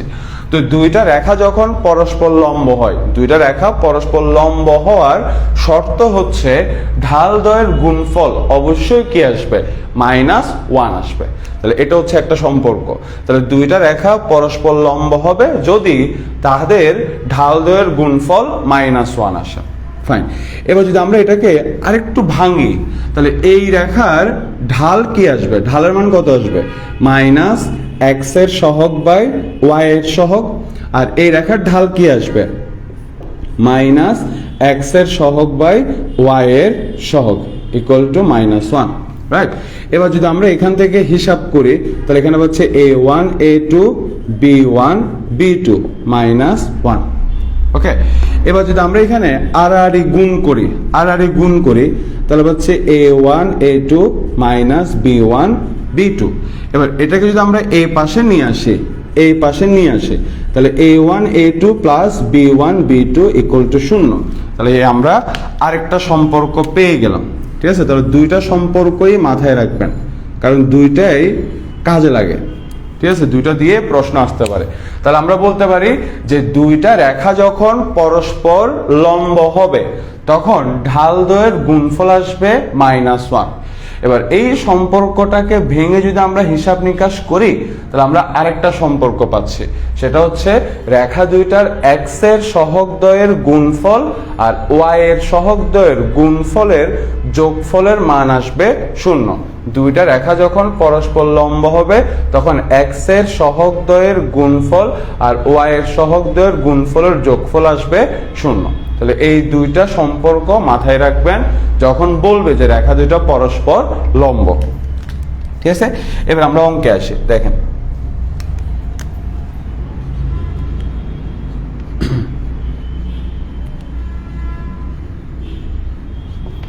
আমাকে বলছে যে কে এর মান কত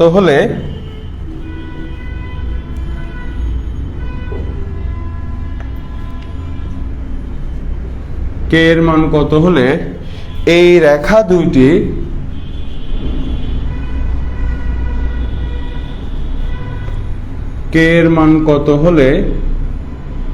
এই সরল রেখাদ্বয় পরস্পর লম্ব হবে।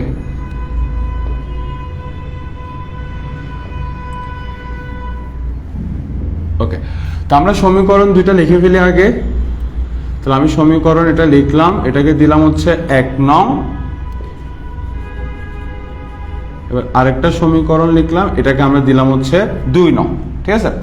তো আমরা আগে 1 নং এর ঢাল বের করি, 1 নং এর ঢাল বের করি। তাহলে ঢাল বের করার সূত্র ছিল -x এর সহগ ডিভাইডেড বাই y এর সহগ। এবার আমরা 2 নং এর ঢাল বের করি, ঢাল বের করার সূত্র ছিল -x এর সহগ ডিভাইডেড বাই y এর সহগ। তাহলে এখান থেকে যদি আমরা হিসাব করি তাহলে হচ্ছে 3k/4। এবার আমাকে প্রশ্ন বলে দিছে, কি বলে দিছে, যে এই দুইটা রেখা হচ্ছে পরস্পর লম্ব। তাহলে আমরা বলতে পারি যেহেতু 1 নং ও 2 নং রেখাদ্বয়, যেহেতু 1 নং ও 2 নং রেখাদ্বয় পরস্পর লম্ব, সেহেতু এই ঢাল দুইটার গুণফল আসবে -1। যখন দুইটা রেখা পরস্পর লম্ব হয় তখন এই ঢাল দুইটার গুণফল আসে -1। এবার যদি আমরা এখান থেকে হিসাব করি, অনেক গরম লাগতেছে, এখানে আসবে হচ্ছে 16, দুই পাশ থেকে মাইনাস বাদ, ঠিক আছে। এবার এখান থেকে হিসাব করলে কে এর মান আসবে হচ্ছে 16/15। তার মানে আমরা বলতে পারি যে কে এর মান যদি 16/15 হয় তখন এই দুইটা রেখা হবে পরস্পর লম্ব। তাহলে এটাই হচ্ছে আমাদের আনসার। ভাইয়া তো অঙ্কটা করছি এই সম্পর্কটা ধরে, আপনি যদি এভাবে ধরেও হিসাব করেন দেখবেন কে এর মান এটাই আসবে। ঠিক আছে, ওকে। তাহলে আমাদের এতটুকু নিয়ে আই হোপ কোনো প্রশ্ন নাই, এগুলো ভালোভাবে পারবেন। ঠিক আছে, এবার ভাই আরেকটা অঙ্কে চলে যায়।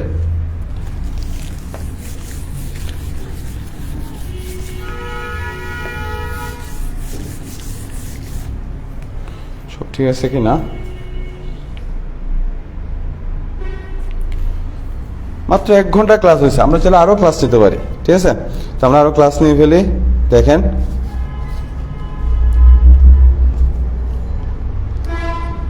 আচ্ছা,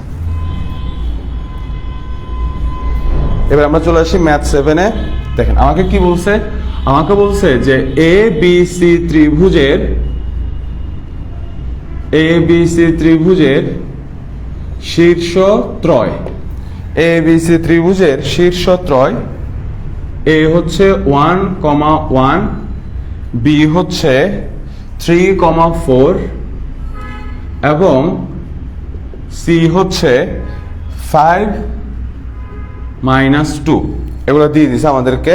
ঠিক আছে, এরপরে আমাকে বলছে যে প্রথম প্রশ্নটা বলছে যে AB ও AC বাহুর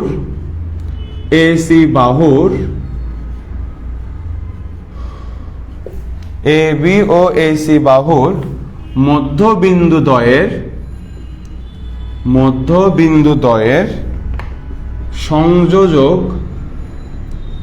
সংযোজক রেখার সমীকরণ বের করো। এই হচ্ছে একটা প্রশ্ন। ঠিক আছে, এবার আরেকটা প্রশ্ন হচ্ছে দেখাও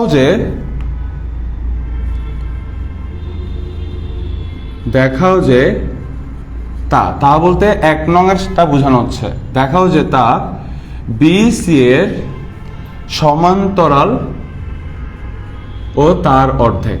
তো এখানে আমরা নতুন একটা কনসেপ্ট শিখে ফেলবো, BC এর সমান্তরাল ও BC এর অর্ধেক। তো এখানে একসাথে 3টা অঙ্ক। ঠিক আছে, তো দেখেন অঙ্কটা আমরা এখন সলভ করি। তো এটা হচ্ছে y অক্ষ আর এটা হচ্ছে x অক্ষ। তো ভাইয়াকে বিন্দুগুলো বসাই। a বিন্দু হচ্ছে 1,1, তাহলে x অক্ষের ধনাত্মক দিকে যাব 1 ঘর, y অক্ষের ধনাত্মক দিকে যাব 1 ঘর। তাহলে এটা হচ্ছে a। b হচ্ছে 3,4, তাহলে x অক্ষের ধনাত্মক দিকে যাব হচ্ছে 3 ঘর, y অক্ষের ধনাত্মক দিকে যাব হচ্ছে 4 ঘর। তাহলে এটা হচ্ছে b। c হচ্ছে 5-2, তাহলে x অক্ষের ধনাত্মক দিকে যাব হচ্ছে 5 ঘর, y অক্ষের ঋণাত্মক দিকে আসবে 2 ঘর। তাহলে এটা হচ্ছে c। তাহলে আমরা পেয়ে গেলাম এই যে এই ত্রিভুজটা পেয়ে গেলাম, ABC ত্রিভুজ। এবার আমাকে কি বলছে প্রশ্ন বলছে AB ও AC বাহুর মধ্যবিন্দুদ্বয়ের, ধরে নিচ্ছি AB বাহুর মধ্যবিন্দু হচ্ছে E আর AC বাহুর মধ্যবিন্দু হচ্ছে F। ঠিক আছে, তো আমাকে বলছে দেখাও যে AB ও AC বাহুর মধ্যবিন্দুদ্বয়ের এই সংযোজক রেখার সমীকরণ বের করতে বলছে। ঠিক আছে, আমাকে প্রশ্নে AB ও AC বাহুর এই মধ্যবিন্দু সংযোজক রেখাটার সমীকরণ বের করতে বলছে। ওকে, আমরা শুরু করি। কান আসছে। তাহলে আপনি শুরুতে এই যে ধরি AB এর মধ্যবিন্দু, তাহলে আমরা AB এর মধ্যবিন্দু ধরে নিচ্ছি E। তাহলে AB এর মধ্যবিন্দু E এর স্থানাঙ্ক বের করেন। ঠিক আছে, তাহলে E কার মধ্যবিন্দু? E হচ্ছে A আর B এর মধ্যবিন্দু। তাহলে মধ্যবিন্দুর ভুজ বের করার সূত্র কি? মধ্যবিন্দুর ভুজ বের করার সূত্র হচ্ছে x1 প্লাস x2, মানে এই যে এর স্থানাঙ্ককে আপনি সূত্রের x1 আর y1, আর বি এর স্থানাঙ্ককে আপনি সূত্রের x2 আর y2 ধরে নেন। তাহলে ই কার মধ্যবিন্দু? ই হচ্ছে এ বি এর মধ্যবিন্দু। তাহলে এ এর স্থানাঙ্ককে x1 y1 আর বি এর স্থানাঙ্ককে x2 y2 ধরে নেবেন। এবার মধ্যবিন্দুর ভুজ বের করার সূত্র কি? মধ্যবিন্দুর ভুজ বের করার সূত্র হচ্ছে x1 plus x2 divided by 2, আর মধ্যবিন্দুর কোটি হচ্ছে y1 plus y2 by 2।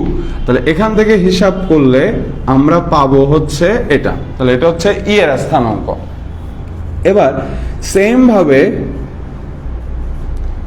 Same ভাবে আপনি এ সি এর মধ্যবিন্দু এফ ধরে নিছেন, এফ এর স্থানাঙ্ক বের করেন। তাহলে এ সি এর মধ্যবিন্দু এফ, তাহলে এখানে এফ কার মধ্যবিন্দু?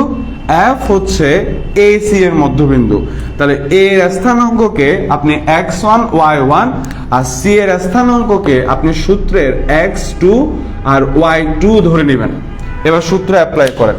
তাহলে মধ্যবিন্দুর ভুজ বের করার সূত্র ছিল x1 plus x2 divided by 2, আর মধ্যবিন্দুর কোটি বের করার সূত্র ছিল y1 প্লাস y2 বাই 2।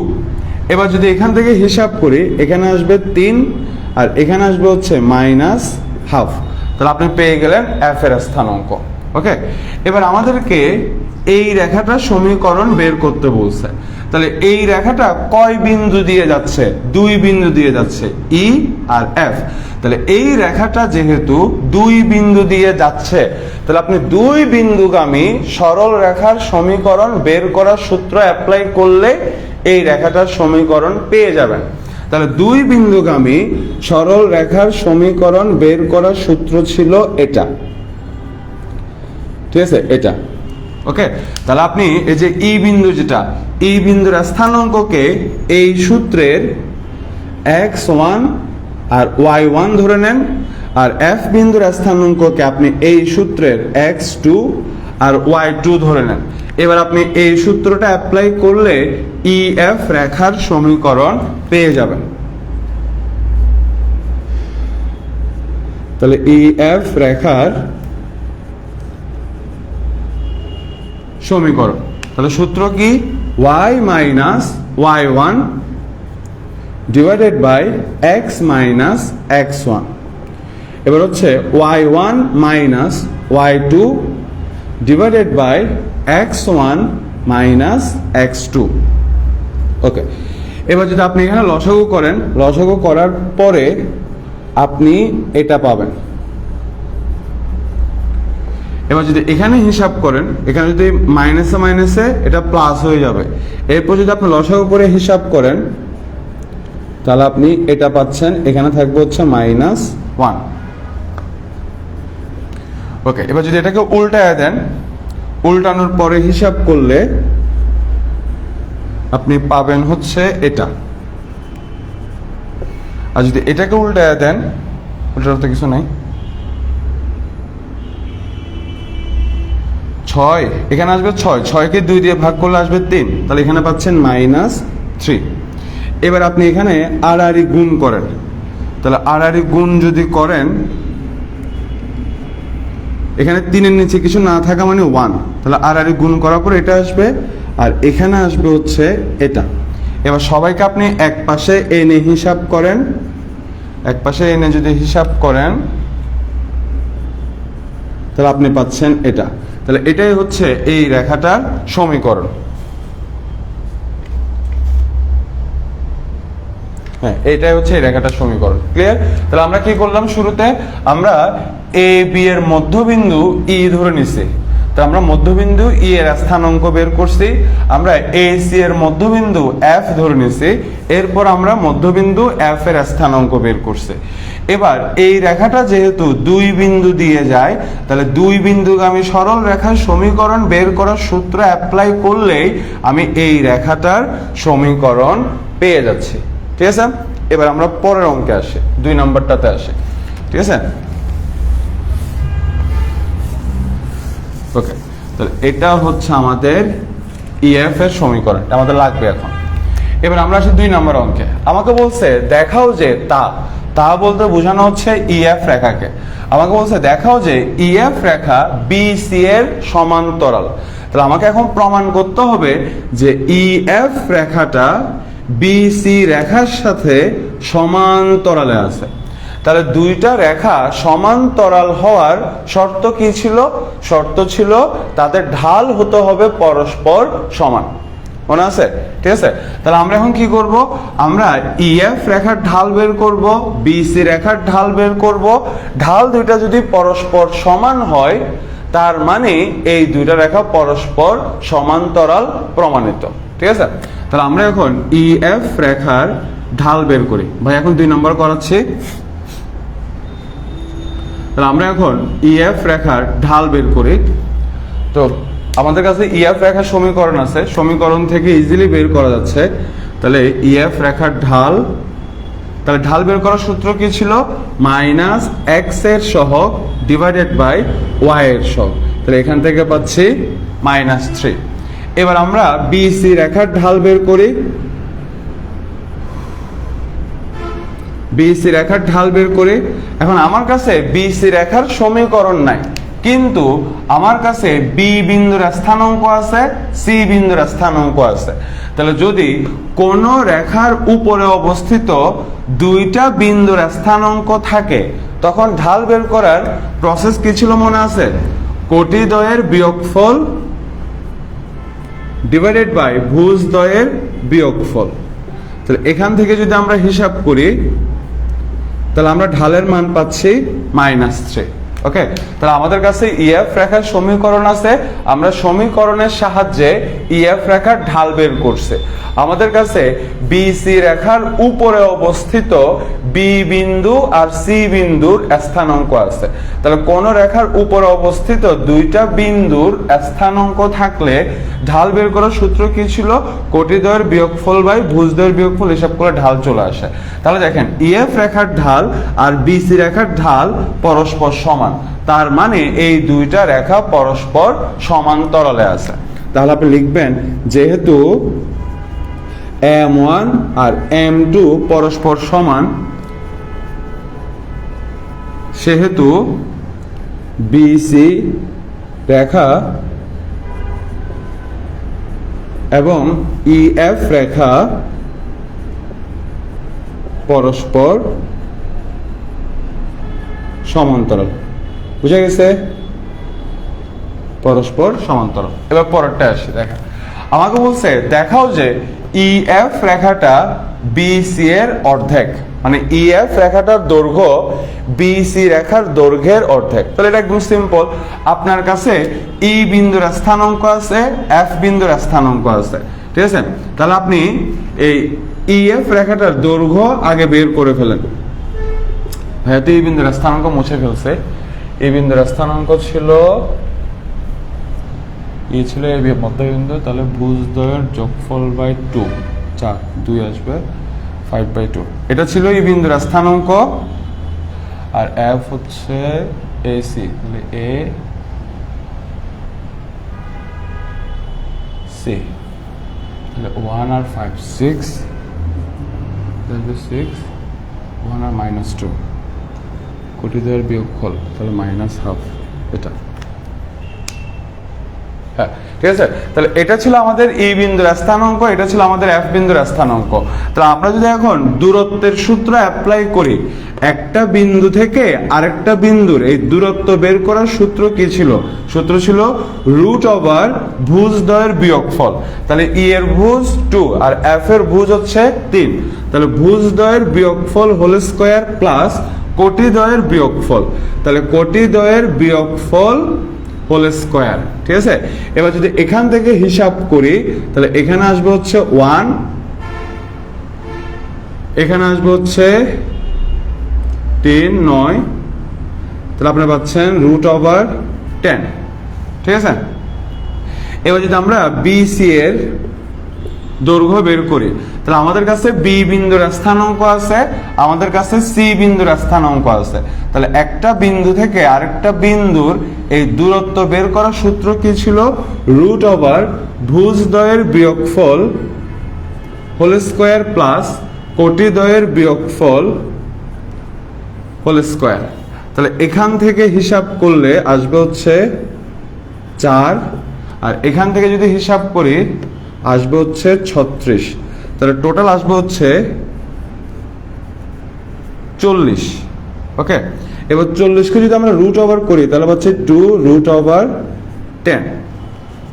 ওকে, এবার ভাই এটা মুছে দিচ্ছি, জায়গা লাগবে, ঠিক আছে?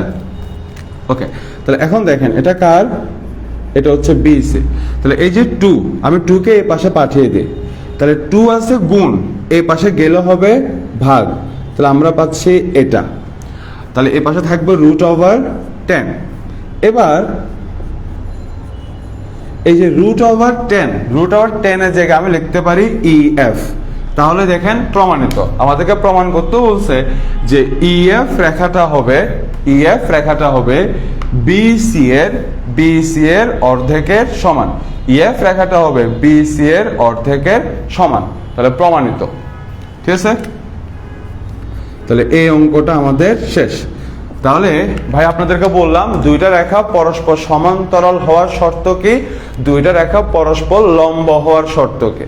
দেন আমি ওই রিলেটেড একটা ফুল অঙ্ক করিয়ে দিলাম যাতে পুরো জিনিসটা আপনাদের মাথায় আরো ভালোভাবে ঢুকে, যে সৃজনশীল যদি আসে কিভাবে আসতে পারে।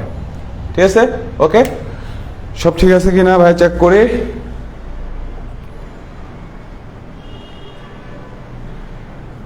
হ্যাঁ, স্পষ্ট আছে সব। তাহলে এটাই গেল আমাদের 7 নম্বর অঙ্ক।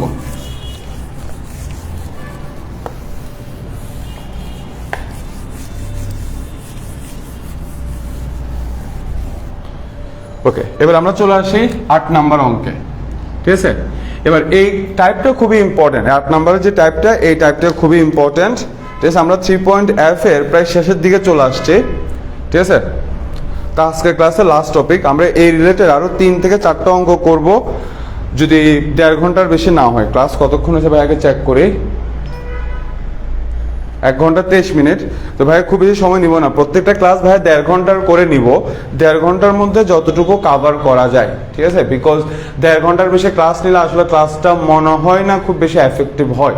ঠিক আছে, তো 1.5 ঘন্টা 1 ঘন্টা 23 মিনিট হয়ে গেছে ভাই, আরো 10-20 মিনিটের মতো ক্লাস নিব। তো এখন ভাই নেক্সট টপিকটা কভার করি। ওকে, দেখেন আমাদের কাছে ধরেন এই রেখাটার সমীকরণ দিয়ে দিছে ax plus by plus c equal to 0। এখন আপনি এই রেখার সমান্তরাল করে আরেকটা রেখা আঁকছেন, এই রেখার সমান্তরাল করে আরেকটা রেখা আঁকছেন। তাহলে বুঝেন ব্যাপারটা, আমার কাছে এই রেখার সমীকরণ আছে, এটা খুবই ইম্পর্টেন্ট টাইপ। এটা আমার কাছে এই রেখাটার সমীকরণ আছে।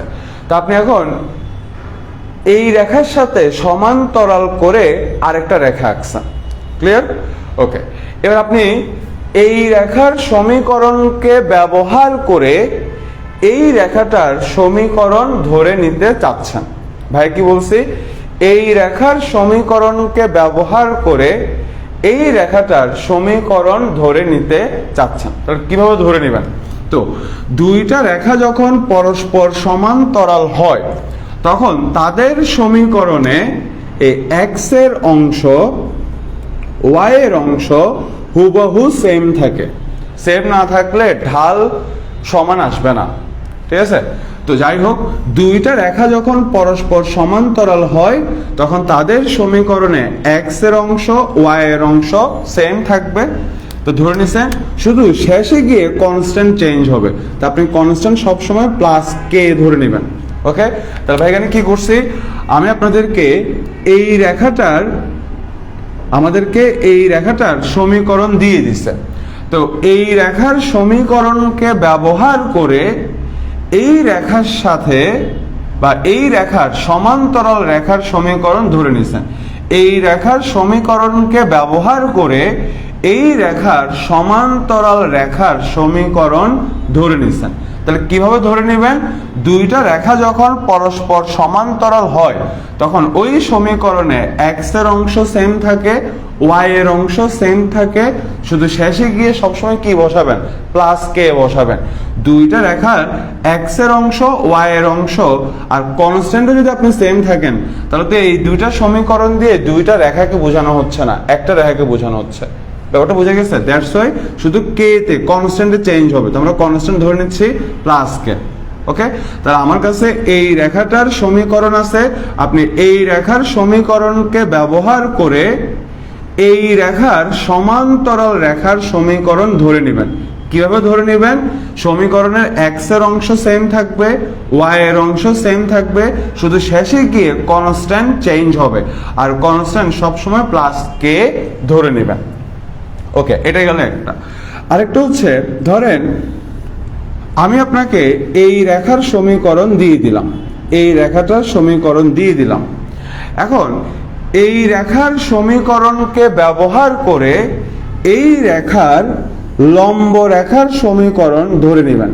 দেখেন এই রেখাটা এই রেখার সাথে কিভাবে আছে, 90 ডিগ্রি কোণে আছে। 90 ডিগ্রি কোণে থাকা মানে হচ্ছে লম্ব ভাবে থাকা।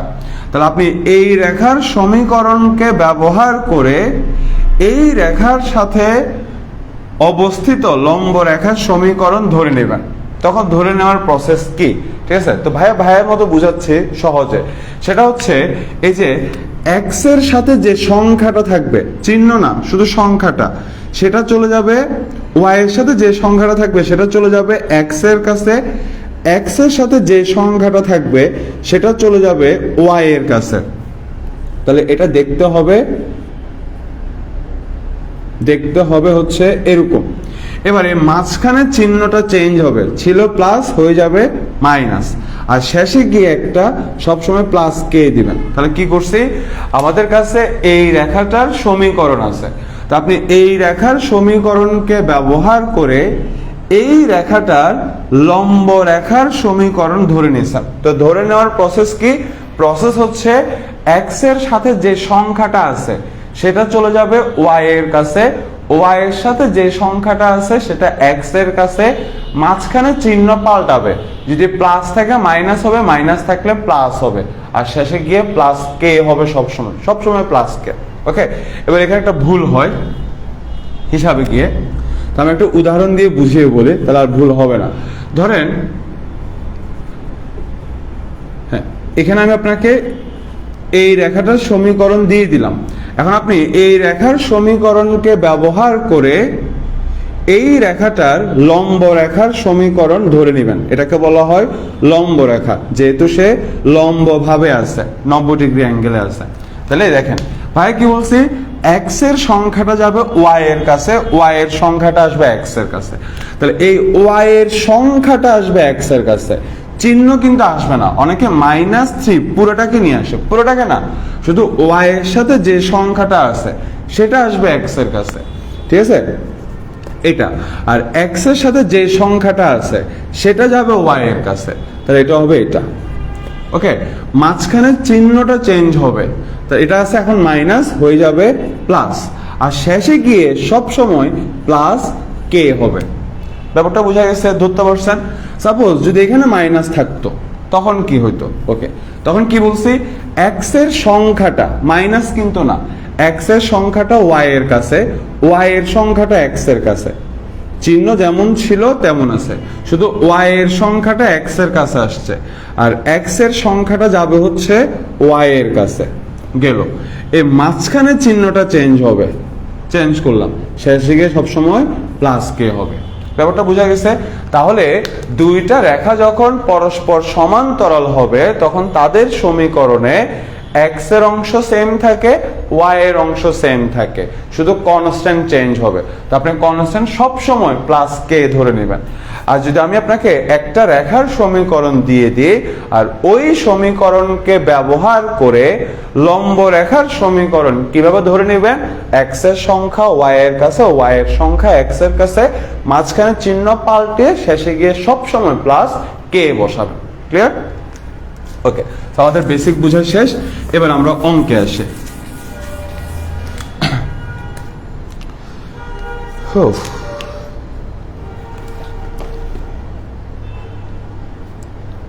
হ্যাঁ, খুব ইম্পর্টেন্ট একটা অঙ্ক করাবো। এটাকে 8 নম্বর অঙ্ক, 9 নম্বর অঙ্ক। দেখেন, খুব ইম্পর্টেন্ট একটা অঙ্ক। এটা কোন একটা বোর্ড কোশ্চেনও আসছে, আমার ঠিক মনে নাই এখন। প্লাস এখান থেকে আমরা আরেকটা বেসিক শিখবো, ঠিক আছে? দেখেন, আমাদেরকে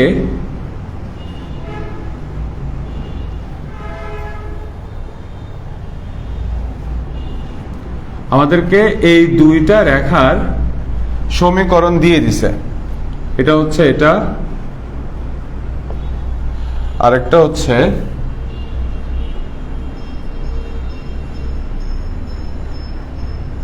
তাহলে আমাদেরকে এ বি রেখার সমীকরণ দিয়ে দিছে আর এ সি রেখার সমীকরণ দিয়ে দিছে। ভালো কথা, দিছে। এবার আমাদেরকে কি বলছে? আমাদেরকে বলছে এ বি এর উপর অঙ্কিত লম্ব এ পি এর সমীকরণ নির্ণয় করো, ঠিক আছে? আচ্ছা, তারপরে এই অঙ্কটা আসে, কোনো সমস্যা নেই, এটা আমরা পারবো। এগুলো অঙ্ক, এটা ইজি। দেখো, আমাদেরকে এ বি রেখার সমীকরণ দিয়ে দিছে। তাহলে আমরা লিখলাম যে এ বি রেখার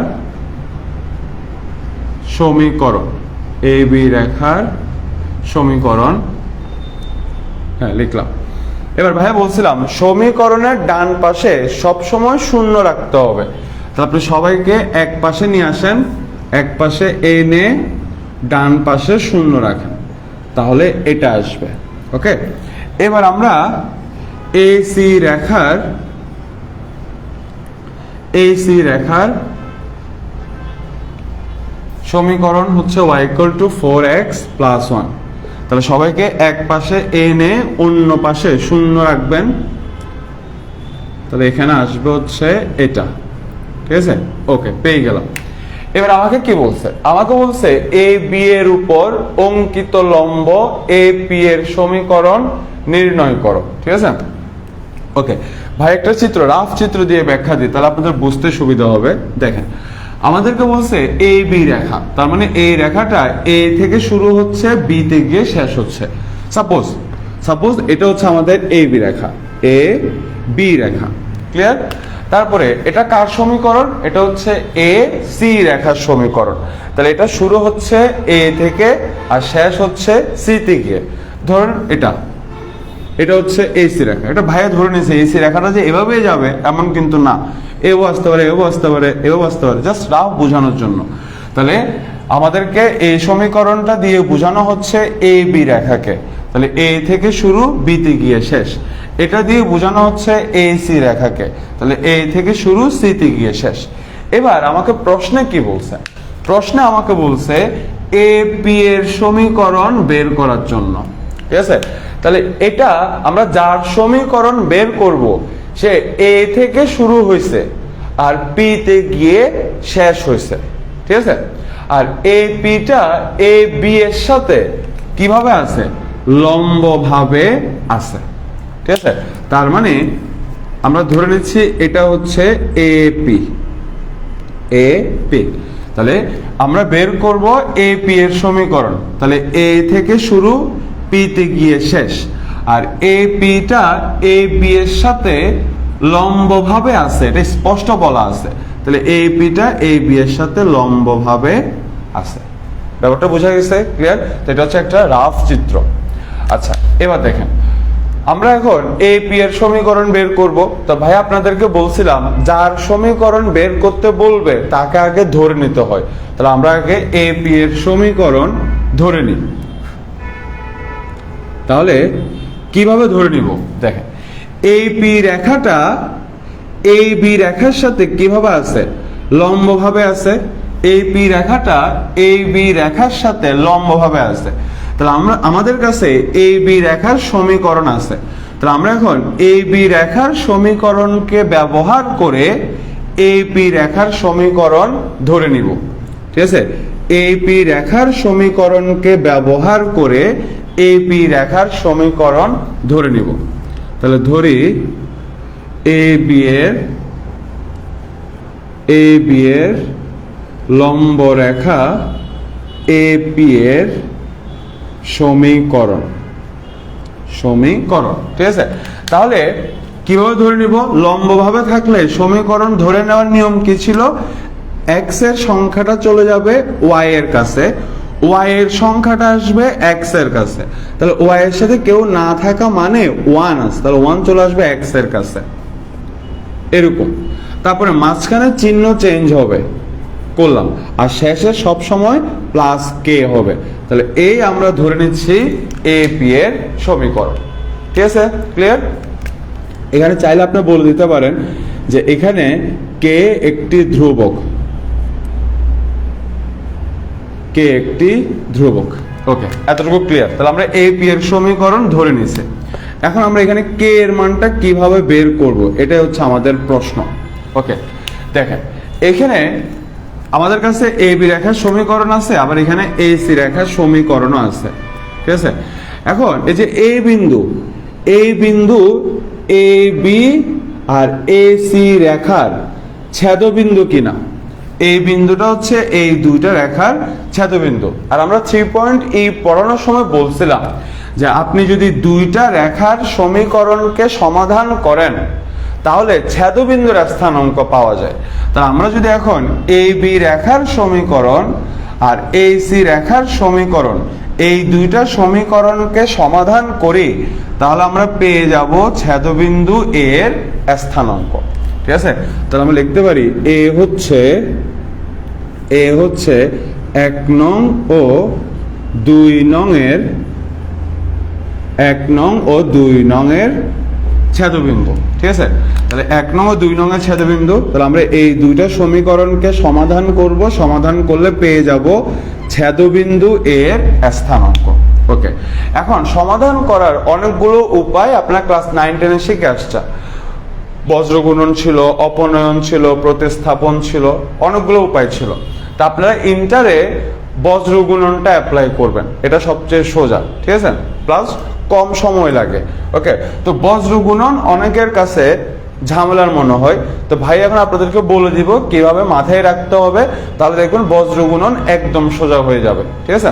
ওকে, তো দেখেন আপনি কাকে কাকে সমাধান করবেন, আপনি 1 নং সমীকরণ আর 2 নং সমীকরণকে সমাধান করবেন, ঠিক আছে। তো দেখেন এইখানে কয়টা পদ আছে? 3টা পদ আছে। তা আপনি শুরুতে 3টা দাগ টানবেন, তো আমরা শুরুতে 3টা দাগ টানলাম। ওকে, এবার এই যে এই পদগুলো হচ্ছে এক্স চলকের, এখানে এক্স লিখবেন।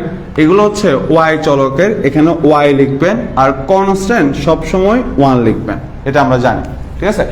এবার একটু রাফ এদিকে আঁকতেছি। এই যে এক্স এর সহগ হচ্ছে 2, ওয়াই এর সহগ হচ্ছে -1, এখানে কনস্ট্যান্ট হচ্ছে 1। এখানে এক্স এর সহগ হচ্ছে 4, ওয়াই এর সহগ হচ্ছে -1, কনস্ট্যান্ট হচ্ছে 1। ওকে, তো এবার দেখেন কিভাবে হিসাব করবেন। যখন আপনি এক্স নিয়ে কাজ করবেন তখন এক্স এর সহগগুলো বাদ, ঠিক আছে। এই ওয়াই এর সহগ নিয়ে হিসাব করবেন। তো শুরুতে আপনি এভাবে গুণ করবেন, এভাবে শুরুতে আপনি এভাবে গুণ করলেন, তাহলে এখানে আসবে হচ্ছে -1। ওকে, এবার এখানে বসবো হচ্ছে সূত্রের মাইনাস, সবসময় সূত্রের মাইনাস। তারপরে বাকি দুইটাকে গুণ করেন, এখানে আসবে হচ্ছে -1। কোন একটা জায়গায় ভাইয়ের ভুল হয়ে গেছে, লেট মি চেক।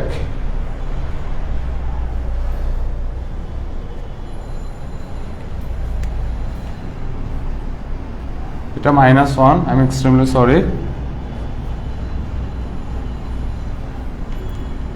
তাহলে 4 -1, এটা -1। হ্যাঁ, তাহলে শুরুতে যখন আমরা এক্স নিয়ে কাজ করব তখন এক্স এর সহগ দুইটা বাদ, বাকি থাকবে 4 জন। এই 4 জনের মধ্যে আগে এইভাবে গুণ হবে, গুণ করলাম, এখানে থাকবে সূত্রের মাইনাস, তারপরে এভাবে গুণ করলে এটা আসে। এবার যখন আপনি ওয়াই নিয়ে কাজ করবেন তখন ওয়াই এর সহগ দুইটা বাদ, বাকি থাকবে হচ্ছে এই 4 জন। তো এই 4 জনের মধ্যে আগে এভাবে গুণ করবেন, এইভাবে, ঠিক আছে।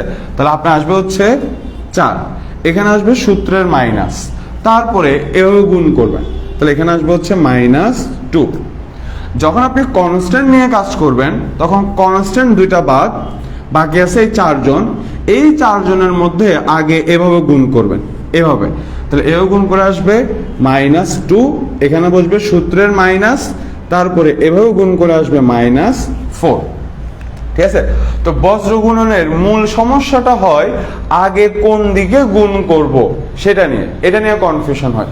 তো যখন x এর সহগ নিয়ে কাজ করবেন, যখন আপনি x নিয়ে কাজ করবেন, তখন আগে এভাবে গুণ, দেখেন একটা সিকোয়েন্স আছে, শুরুতে এভাবে গুণ, তারপর এভাবে গুণ, তারপর এভাবে গুণ, সিকোয়েন্স। তা আপনি যদি প্রথমটা মাথায় রাখেন, বাকিগুলো কিন্তু ইজিলি মাথায় থাকতেছে, এভাবে এভাবে এভাবে। ওকে, তা আপনার কাজ হচ্ছে শুধু প্রথমটা মাথায় রাখা, বাকি দুইটা অটোমেটিক্যালি ছন্দে চলে আসছে। ঠিক আছে? তাহলে যখন আমরা x নিয়ে কাজ করব, তখন x এর সহগ দুইটা বাদ, শুরুতে এভাবে গুণ হবে, তারপরে সূত্রের মাইনাস, বাকি দুইটা গুণ করব। যখন আমরা y নিয়ে কাজ করব, তখন y এর সহগ দুইটা বাদ, বাকি যে 4 জন থাকবে, এই 4 জনের মধ্যে আগে এভাবে গুণ, তারপরে সূত্রের মাইনাস দিয়ে বাকি দুইটাকে গুণ। যখন কনস্ট্যান্ট নিয়ে কাজ করব, তখন ধ্রুবক দুইটা বাদ, যে 4 জন বাকি থাকবে তাদের মধ্যে আগে এভাবে গুণ, সূত্রের মাইনাস, বাকি দুইটাকে গুণ। ক্লিয়ার? জাস্ট এই রিদমটা মাথায় রাখবেন, প্রথমটা মাথায় রাখেন। ঠিক আছে? এভাবে বাকি দুইটা ইজিলি চলে আসতেছে। তাই হোপ বজ্র গুণন নিয়ে আর কোনো সমস্যা হবে না। সবসময় সূত্রের মাইনাস বসবে মাঝখানে। ঠিক আছে? ওকে, তো আশা করি এখন ক্লিয়ার হয়ে যাবে, আর সমস্যা নাই। এবার এখান থেকে যদি আমরা হিসাব করি, তাহলে এখানে আসবে 6, এখানে আসবে 2। ওকে, এবার আপনি এখানে এই তিনোটা অনুপাত পরস্পর সমান, তাহলে আমি চাইলে এটা সমান এটা ধরে হিসাব করতে পারি। তাহলে আমি যদি এটা সমান এটা ধরে হিসাব করি, তাহলে এখান থেকে হিসাব করলে x এর মান আসবে 1। ওকে, আমি পাশে করাচ্ছি, পরীক্ষা খাতায় আপনারা নিচে নিচে করবেন। এবার যদি আমি এটা সমান এটা ধরে হিসাব করি, তাহলে y/6 হাফ, তাহলে এখান থেকে হিসাব করলে y এর মান আসবে হচ্ছে 3। ঠিক আছে?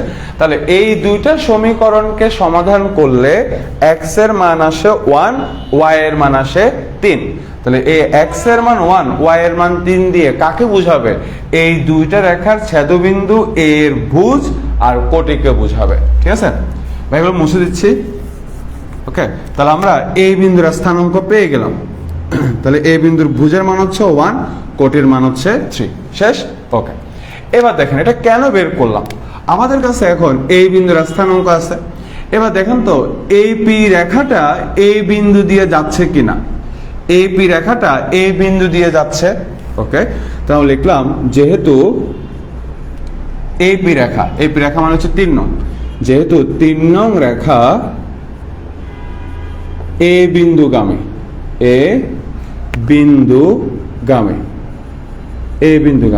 তো ভাইয়া কি বলছিলাম মনে আছে, যে কোন রেখা যখন কোন বিন্দু দিয়ে যায়, কোন রেখা যখন কোন বিন্দু দিয়ে যাবে, ওই বিন্দু দিয়ে ওই রেখার সমীকরণ সিদ্ধ হবে। তাহলে আপনি এখন এই বিন্দু দিয়ে 3 নং রেখার সমীকরণকে সিদ্ধ করে দিবেন, কে এর মান চলে আসবে। তাহলে x এর জায়গায় বসাবেন 1, y এর জায়গায় বসাবেন 3। তাহলে এখান থেকে হিসাব করলে কে এর মান আসবে -7। এবার কে এর মানটা এখানে বসিয়ে দেন, পেয়ে যাবেন এপি রেখার সমীকরণ। জোস একটা অঙ্ক। ইভেন এই অঙ্কটা এখানে, আচ্ছা বলো দরকার নাই, কে এর মানটা বসিয়ে দেন, কে এর মানটা এখানে বসিয়ে দেন। কে ইকুয়াল টু -7 হলে, ভাই একটা কথা বলতে যাচ্ছিলাম পর আর বলিনি আর কি, কে এর মানটা এখানে বসিয়ে দেন, তাহলে পেয়ে যাবেন এপি রেখার সমীকরণ। তাহলে এটাই হচ্ছে আমাদের অ্যান্সার। শেষ? বুঝে গেছে? জোস একটা অঙ্ক। তাহলে দেখেন একসাথে অনেকগুলো টপিক কভার হয়েছে এখানে। তাহলে এটা হচ্ছে এবি রেখা, এটা হচ্ছে এসি রেখা। তাহলে আমাদেরকে বলছে এপি রেখার সমীকরণ বের করার জন্য। তো ভাইয়া বলছিলাম যে এই রেখার সমীকরণ বের করতে হবে, আগে ওই রেখার সমীকরণ ধরে নিতে হবে। তাহলে আমরা এখানে এপি রেখার সমীকরণ ধরে নিব। প্রশ্ন হচ্ছে কিভাবে ধরে নিব। ওকে, তা আমরা দেখলাম যে আমাদের কাছে এই বি রেখার সমীকরণ আছে, আর এই পি রেখাটা এই বি রেখার সাথে লম্বভাবে আছে। তাহলে একটা রেখা আরেকটা রেখার সাথে লম্বভাবে থাকলে সমীকরণ ধরে নেওয়ার প্রসেস কি ছিল? ঠিক আছে, প্রসেস ছিল এক্স এরটা ওয়াই এর কাছে, ওয়াই এরটা এক্স এর কাছে, মাঝখানে চিহ্ন পাল্টাবে, শেষে বসবে প্লাস কে। তাহলে আমরা এ বি এর সমীকরণের সাহায্যে এ বি এর সমীকরণ ধরে নিছি। দেন আমরা প্রবলেম ফেস করলাম যে ওকে সমীকরণ তো ধরে নিছি, কিন্তু কে এর মানটা কিভাবে বের করব। ওকে, দেন আমরা দেখলাম যেখানে এ বিন্দুটা হচ্ছে A B R A C রেখার ছেদবিন্দু। তা আমি এই বি রেখার সমীকরণ আর এই সি রেখার সমীকরণকে বজ্র গুণন পদ্ধতিতে সমাধান করে এই বিন্দুর স্থানাঙ্ক বের করে ফেলছি। এরপর আমরা দেখলাম যে 3 নং রেখাটা মানে এই পি রেখাটা এই বিন্দু দিয়ে যাচ্ছে, তাহলে এই বিন্দু দিয়ে এই পি রেখার সমীকরণটা সিদ্ধ হবে। সিদ্ধ করলে কে এর মান চলে আসবে, কে এর মানটা বসিয়ে দিলে সমীকরণ চলে আসবে। আচ্ছা, ক্লাস তো অনেকক্ষণ হয়ে গেছে মেবি।